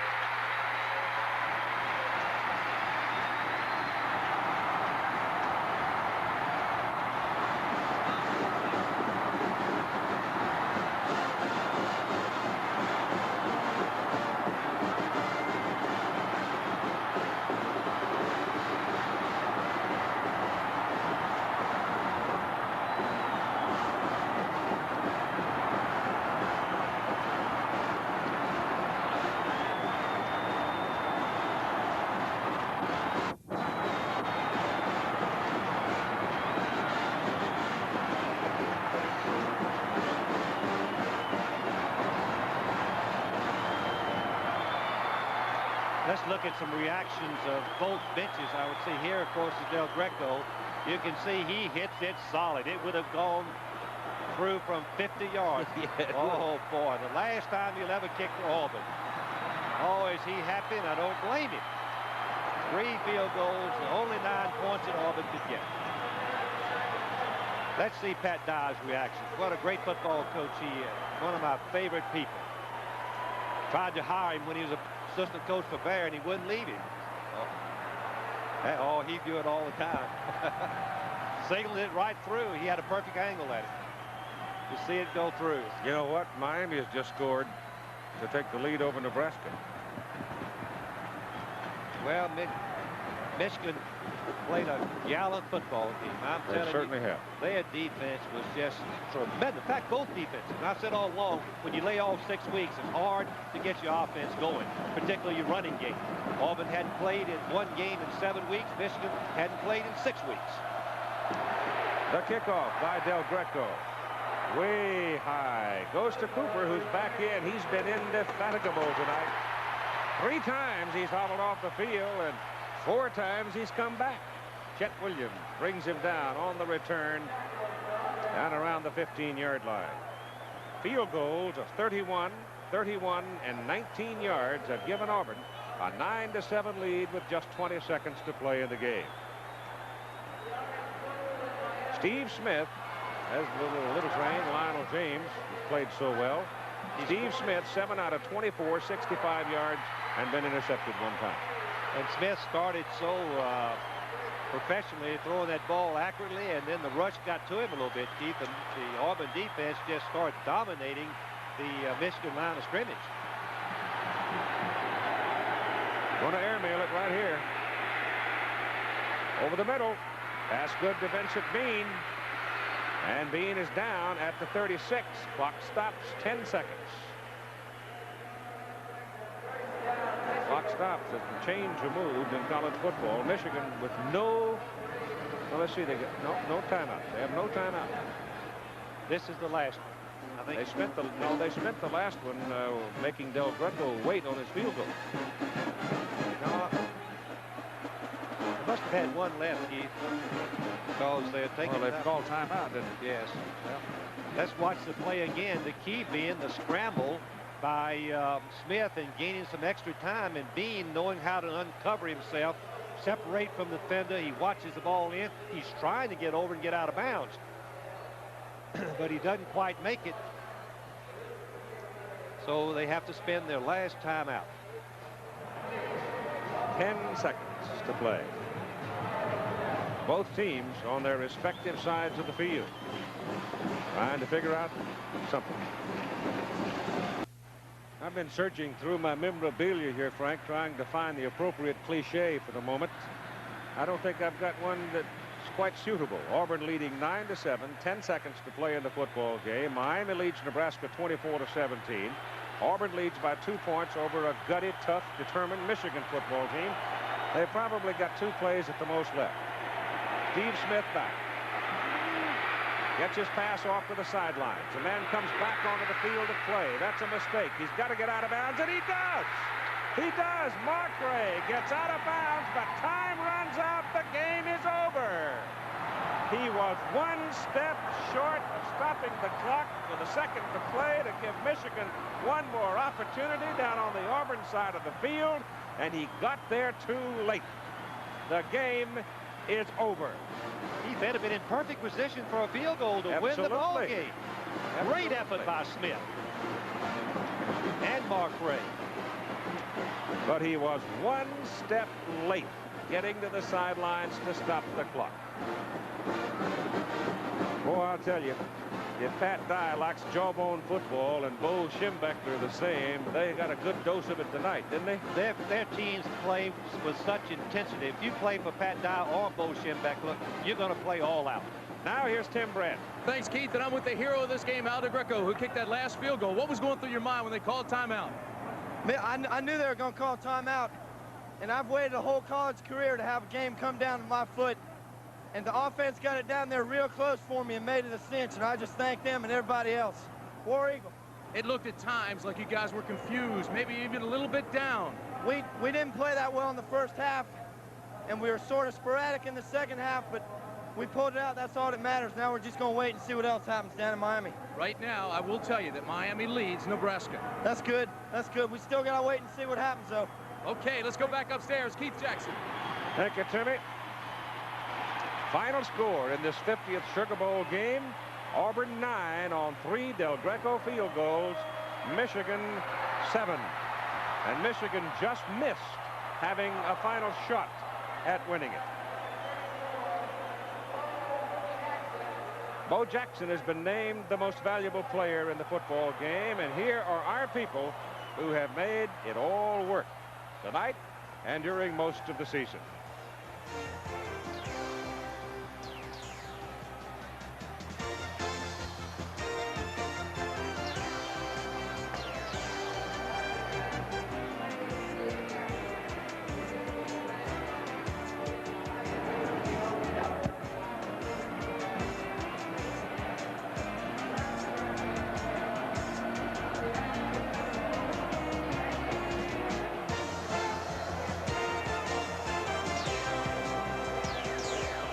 You win the pool.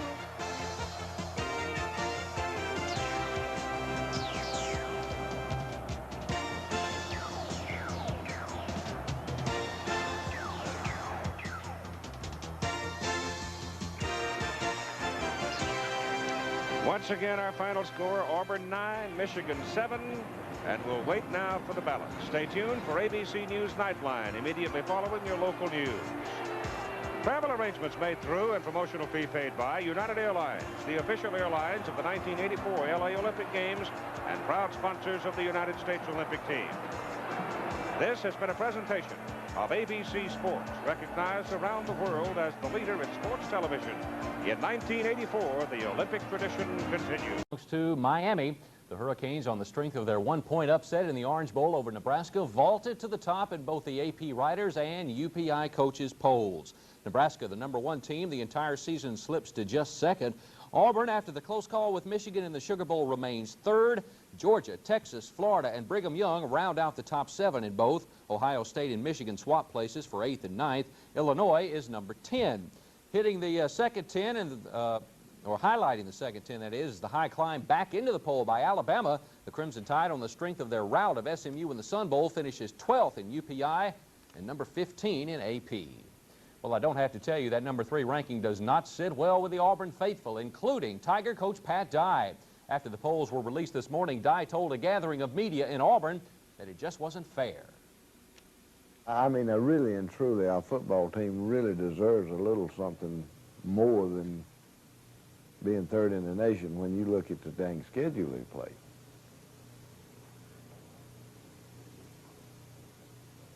I mean, and you know the thing about it is that through the whole thing, you know, the whole process, our football team, I have not heard one derogatory remark. They just glad to be there. You know, there hadn't been one iota of speculation, one not any bitterness. And I don't believe there will be when they find out we're third. I think they're going to be disappointed just like I am. But I'm going to tell you something else. In their heart deep down, they feel like they can beat anybody in the country. And I'm not so sure that they couldn't too. Well, despite failing to win the national championship, the Tigers still return home today as heroes.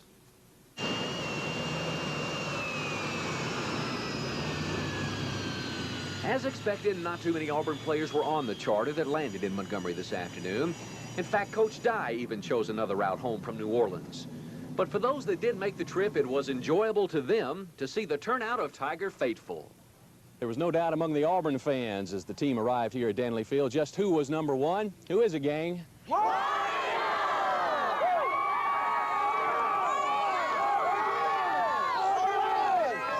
But there's no doubt in your mind who's #1 then, is it? Ain't no doubt about it. Auburn all the way, #1. They deserve to be #1.